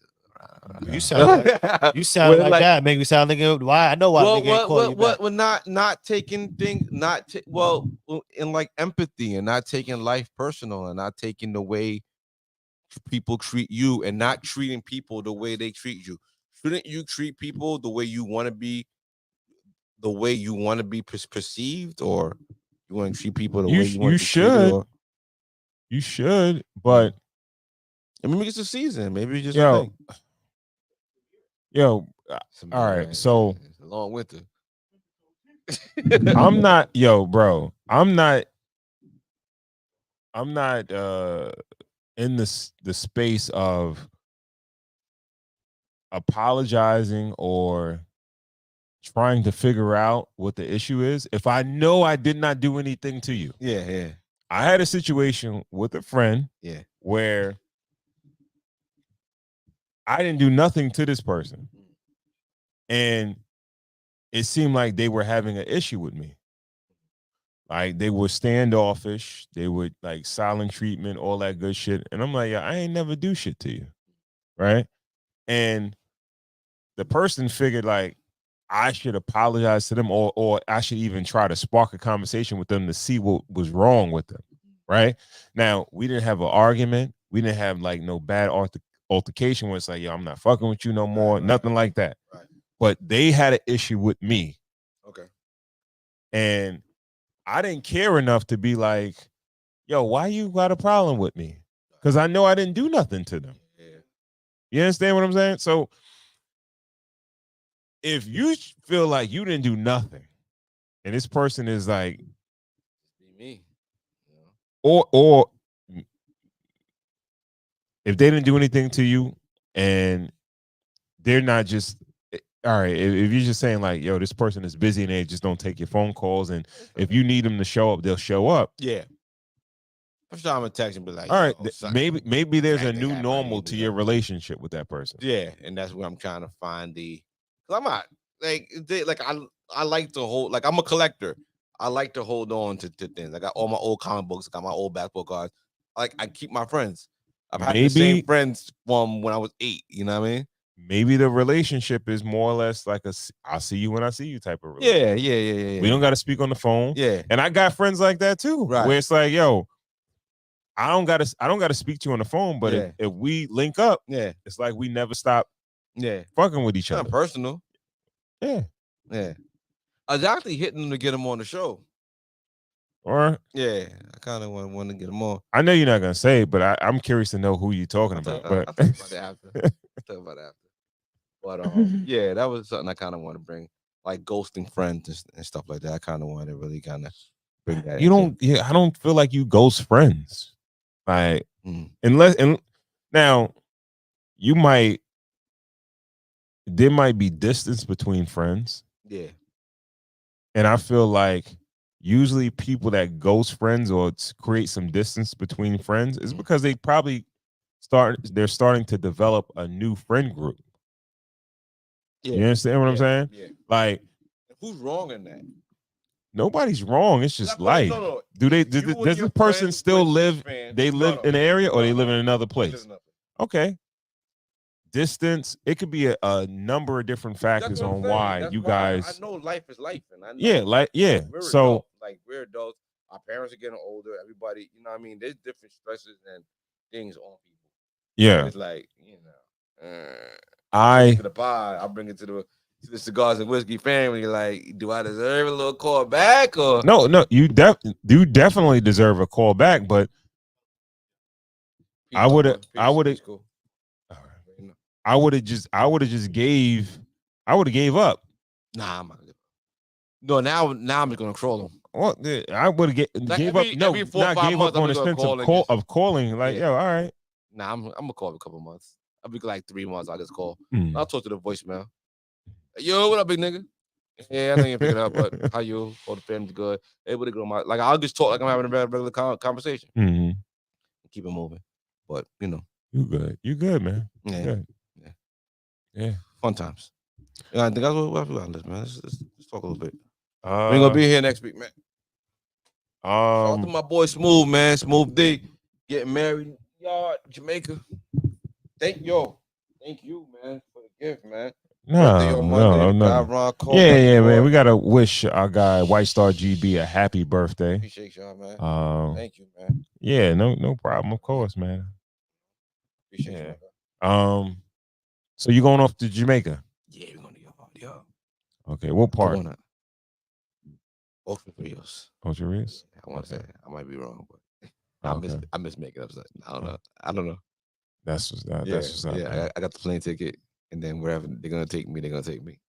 Okay. But I'm thinking, I was out having a conversation with my boy. I've been in Jamaica a couple of times. Mm-hmm. It's Cancun in Jamaica. I think Cancun I've been to the most times. Oh, really? I think Jamaica like right after. I've never been to Cancun. Really? No, never. Yeah. Never been to Mexico.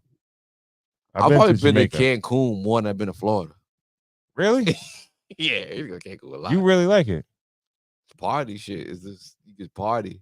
That shit just a party place. At this point in my life, it might be a little bit too late for me to go to Mexico. How about no, never too late. How about Vegas? How many times been to Vegas? Just that time we went for shout out to KB for his wedding. Okay. Now Cancun is a more fun and affordable Vegas. Really? Yeah. Yeah. Really? Yes. Okay. Yeah. You want to go to party for a weekend? Cancun. And you can get much of like, expeditions and waking up shit. We're gonna party at night. You know what I mean? Oh, okay. Yeah, you got some fun. But yeah. The blowout's gonna be fun. We got some fun time.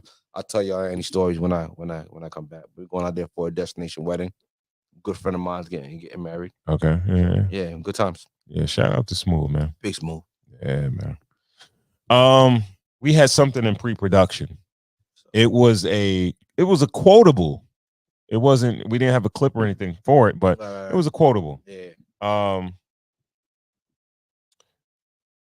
And it said that women want to be treated like women and respected like men.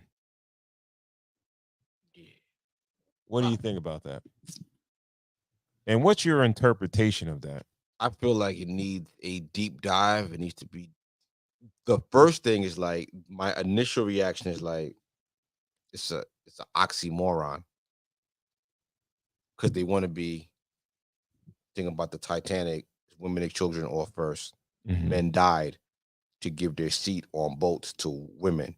Mm-hmm. So it's like, you want preferential treatment, but when it's times when it's fine, everything is fine, you want it to be equal footing. Yeah. And it's not the right thing. It's not. Right. It's, you want your cake and eat it too. Like, that's my initial. I think to it. I think that's the way society has built it for women. Right. I'm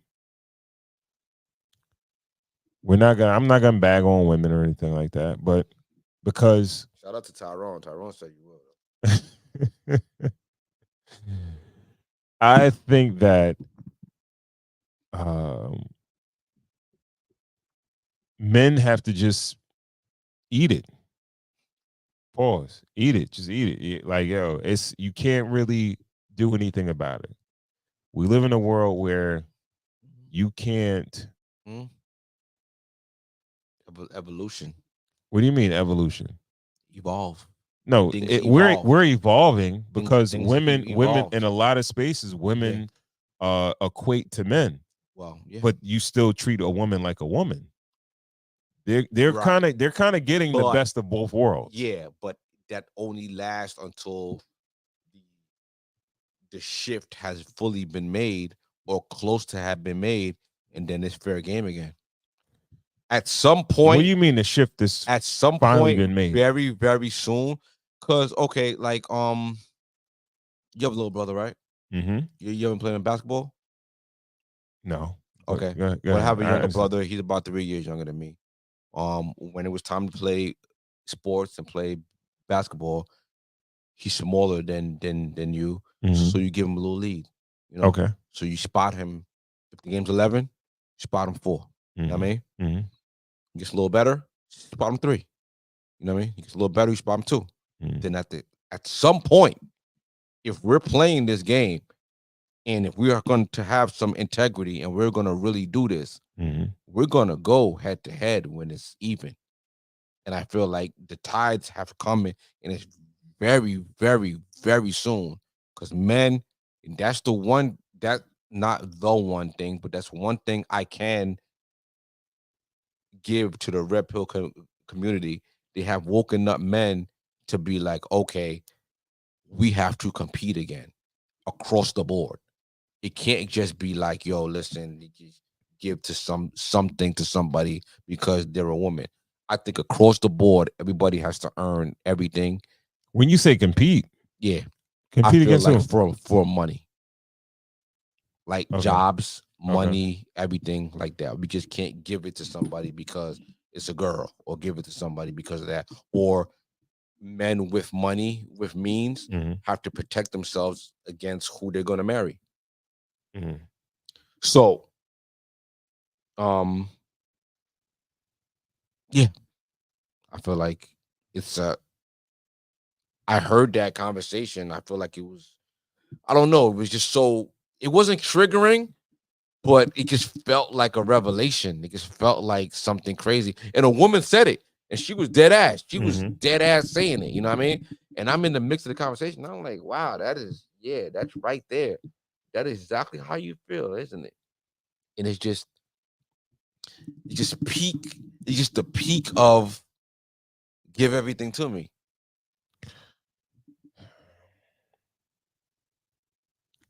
Man, I just feel like we live in a world where you can't go against it. You can't go against it. If you go against it, you'll be categorized as red pill, as hating women. What else? Like you'll be painted in a negative light. And I really believe that women should be treated like a woman should be treated a certain way. You know what I mean? They are, I might get flack for this, but they are delicate and they should be treated as such. They should be handled delicately. And they shouldn't have to do everything that men do. But on the other side, you shouldn't have the same expectations of being respected like men, right? They're respected differently. There's a difference, right? Because there's a difference between men and women. And I think that's where the problem lies, where you say you want something, but you don't really know what you're asking for, in a sense. Like, men are a tool. We are, and that's why they the get commodity. that's why we are the shovel. We are the exactly. That's why they get the respect that they get. Yeah. Right? But you don't really, as a woman, you don't really want to be that. You don't want to be that. You know who the police of women are? It's other police. It's like, all right, there's a younger woman that lives across the street from me, and she was like putting oil into her, like, and she had a hood popped and everything like that, like that. And it's not. It's like every instinct in me wanted to just go and just like help her. I'm like, I'm my wife's man. You know what I mean?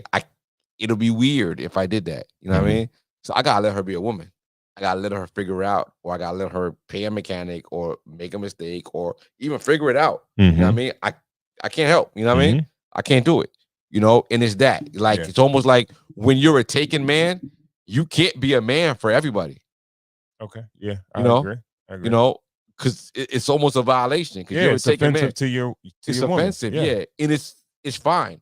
Because it's like, your wife can't see a man bring home like TV dinners and all of a sudden make him a meal. And you're like, what the fuck are you doing? Yeah. You know what I mean? So it's like, we are people to people. And it's like, we almost got to teach them, and they have to teach us. We need each other. Yeah. So I feel like the more that we revert to the baseline, it's a reset, and we're gonna find a value in each other. You think there's a reset? I think it's a reset about to happen. Yeah. I think we're very, very close to it. I feel like it's an even, and it's not even going to be like, okay, no, men are going to hold the door open for women. Women are going to open the door open for men. You know what I mean? Men are going to open the door. Men, like when I go to the gym, you know what I mean? Like if I park and someone's gonna, someone walks in, everybody just passes it along. Men open the door for men, women. There's going to be a certain level of common courtesy where there's going to be a decency amongst humans. And I feel like that's going to be the baseline. But I feel like, what's the word? Not courtship, but what's the word? Chivalry. Chivalry is gonna even out a little bit more. What do you mean even out?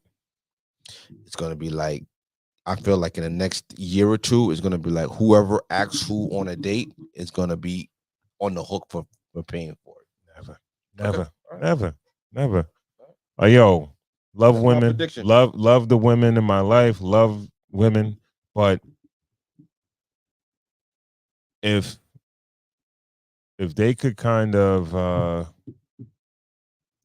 continue to keep it that way, yeah.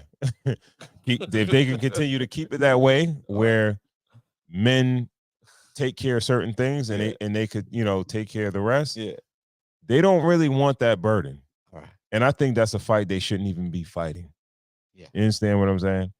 And it sounds cool in the interim, but I don't think the majority of women know exactly what they're fighting for. It's not worth the fight. Let the man do the heavy lifting. You do you. And where it counts and where you guys want to equal out men in corporate America as far as making money and shit like that, but you don't want to do the extra shit. You don't want to hold no door. You don't want to do the no shit work or whatever, no manual labor and all that shit like that. You don't want all that. Where you wanted to equate to men, I think they've gained that ground. And just get treated like the woman that you are. You know what I mean? Like, yo, you can prosper financially in the business world and all that good shit and still be treated like a lady. Absolutely. Right? You don't have to lose everything. Right? You don't have to give up one for the other. And that's what I think women need to understand. Yo, do you, but yo, still let that man do what he needs to do, because even the simplest things of opening the door or, making a kind gesture, it's still part of a man's makeup to be utilitarian. Yeah. He wants to be of use, even if it's just holding a door. Let him do that. Fuck it. You know what I mean? He wants to be honorable. Yeah, man. It's no big deal to let a dude hold the door for you. You know what I mean? Yeah. It's cool, man. Men hold the door for other men. Absolutely. You know what I mean? So in certain things that they don't even realize, they don't know that the respect that men have for other men, because they see it in a different light, because they have more of an expectation versus men. Men be like, oh, yo, thank you, man. Yeah. We really appreciate when a dude holds the door for, because you don't expect you have to do that. But I think with women it comes more expectations. Keep that expectation, and you don't have to do all the other shit. Let the men do the shit, man. Pay it forward. Be more than equipped to do it. Yeah, man. All right. That's dope. Yeah. All right, so this one was pretty cool. I liked it. Yeah, shout out to I think it's Rose Wine and Spirits over in East Meadow or Belmore in Jerusalem. Dude, it's where we picked up this bottle from. Dude recommended it. Travelers Whiskey. It is distilled at the Buffalo Trace Distillery. I think it's notes of vanilla. Yeah, caramel. Oak, caramel. Yeah. So pretty solid joint. It's a American blended whiskey. So check this one out, man. 45 ABV, 90 proof. Pick it up at your local wine and spirits, and please let us know how you think this particular whiskey fared. All right. again, we want to thank you guys for tuning in to another episode of the Cigars and Whiskey Podcast. If you don't follow us on Instagram, please do at Cigars Whiskey. That's Cigars with an S, Whiskey. Also, subscribe to our YouTube channel, Cigars and Whiskey Podcast, Cigars the Ensign Whiskey Podcast. Remember to like, share, and also subscribe. Hit the thumbs up on all the videos so they get them out to more people. And hit the bell for notifications so you know when we have new content coming out. All right. And with that, we want to thank you for tuning in to another episode of the Cigars and Whiskey Podcast. We will catch you on the next one. Peace. Peace. Ooh. That's the thing. I'm trained to go all night.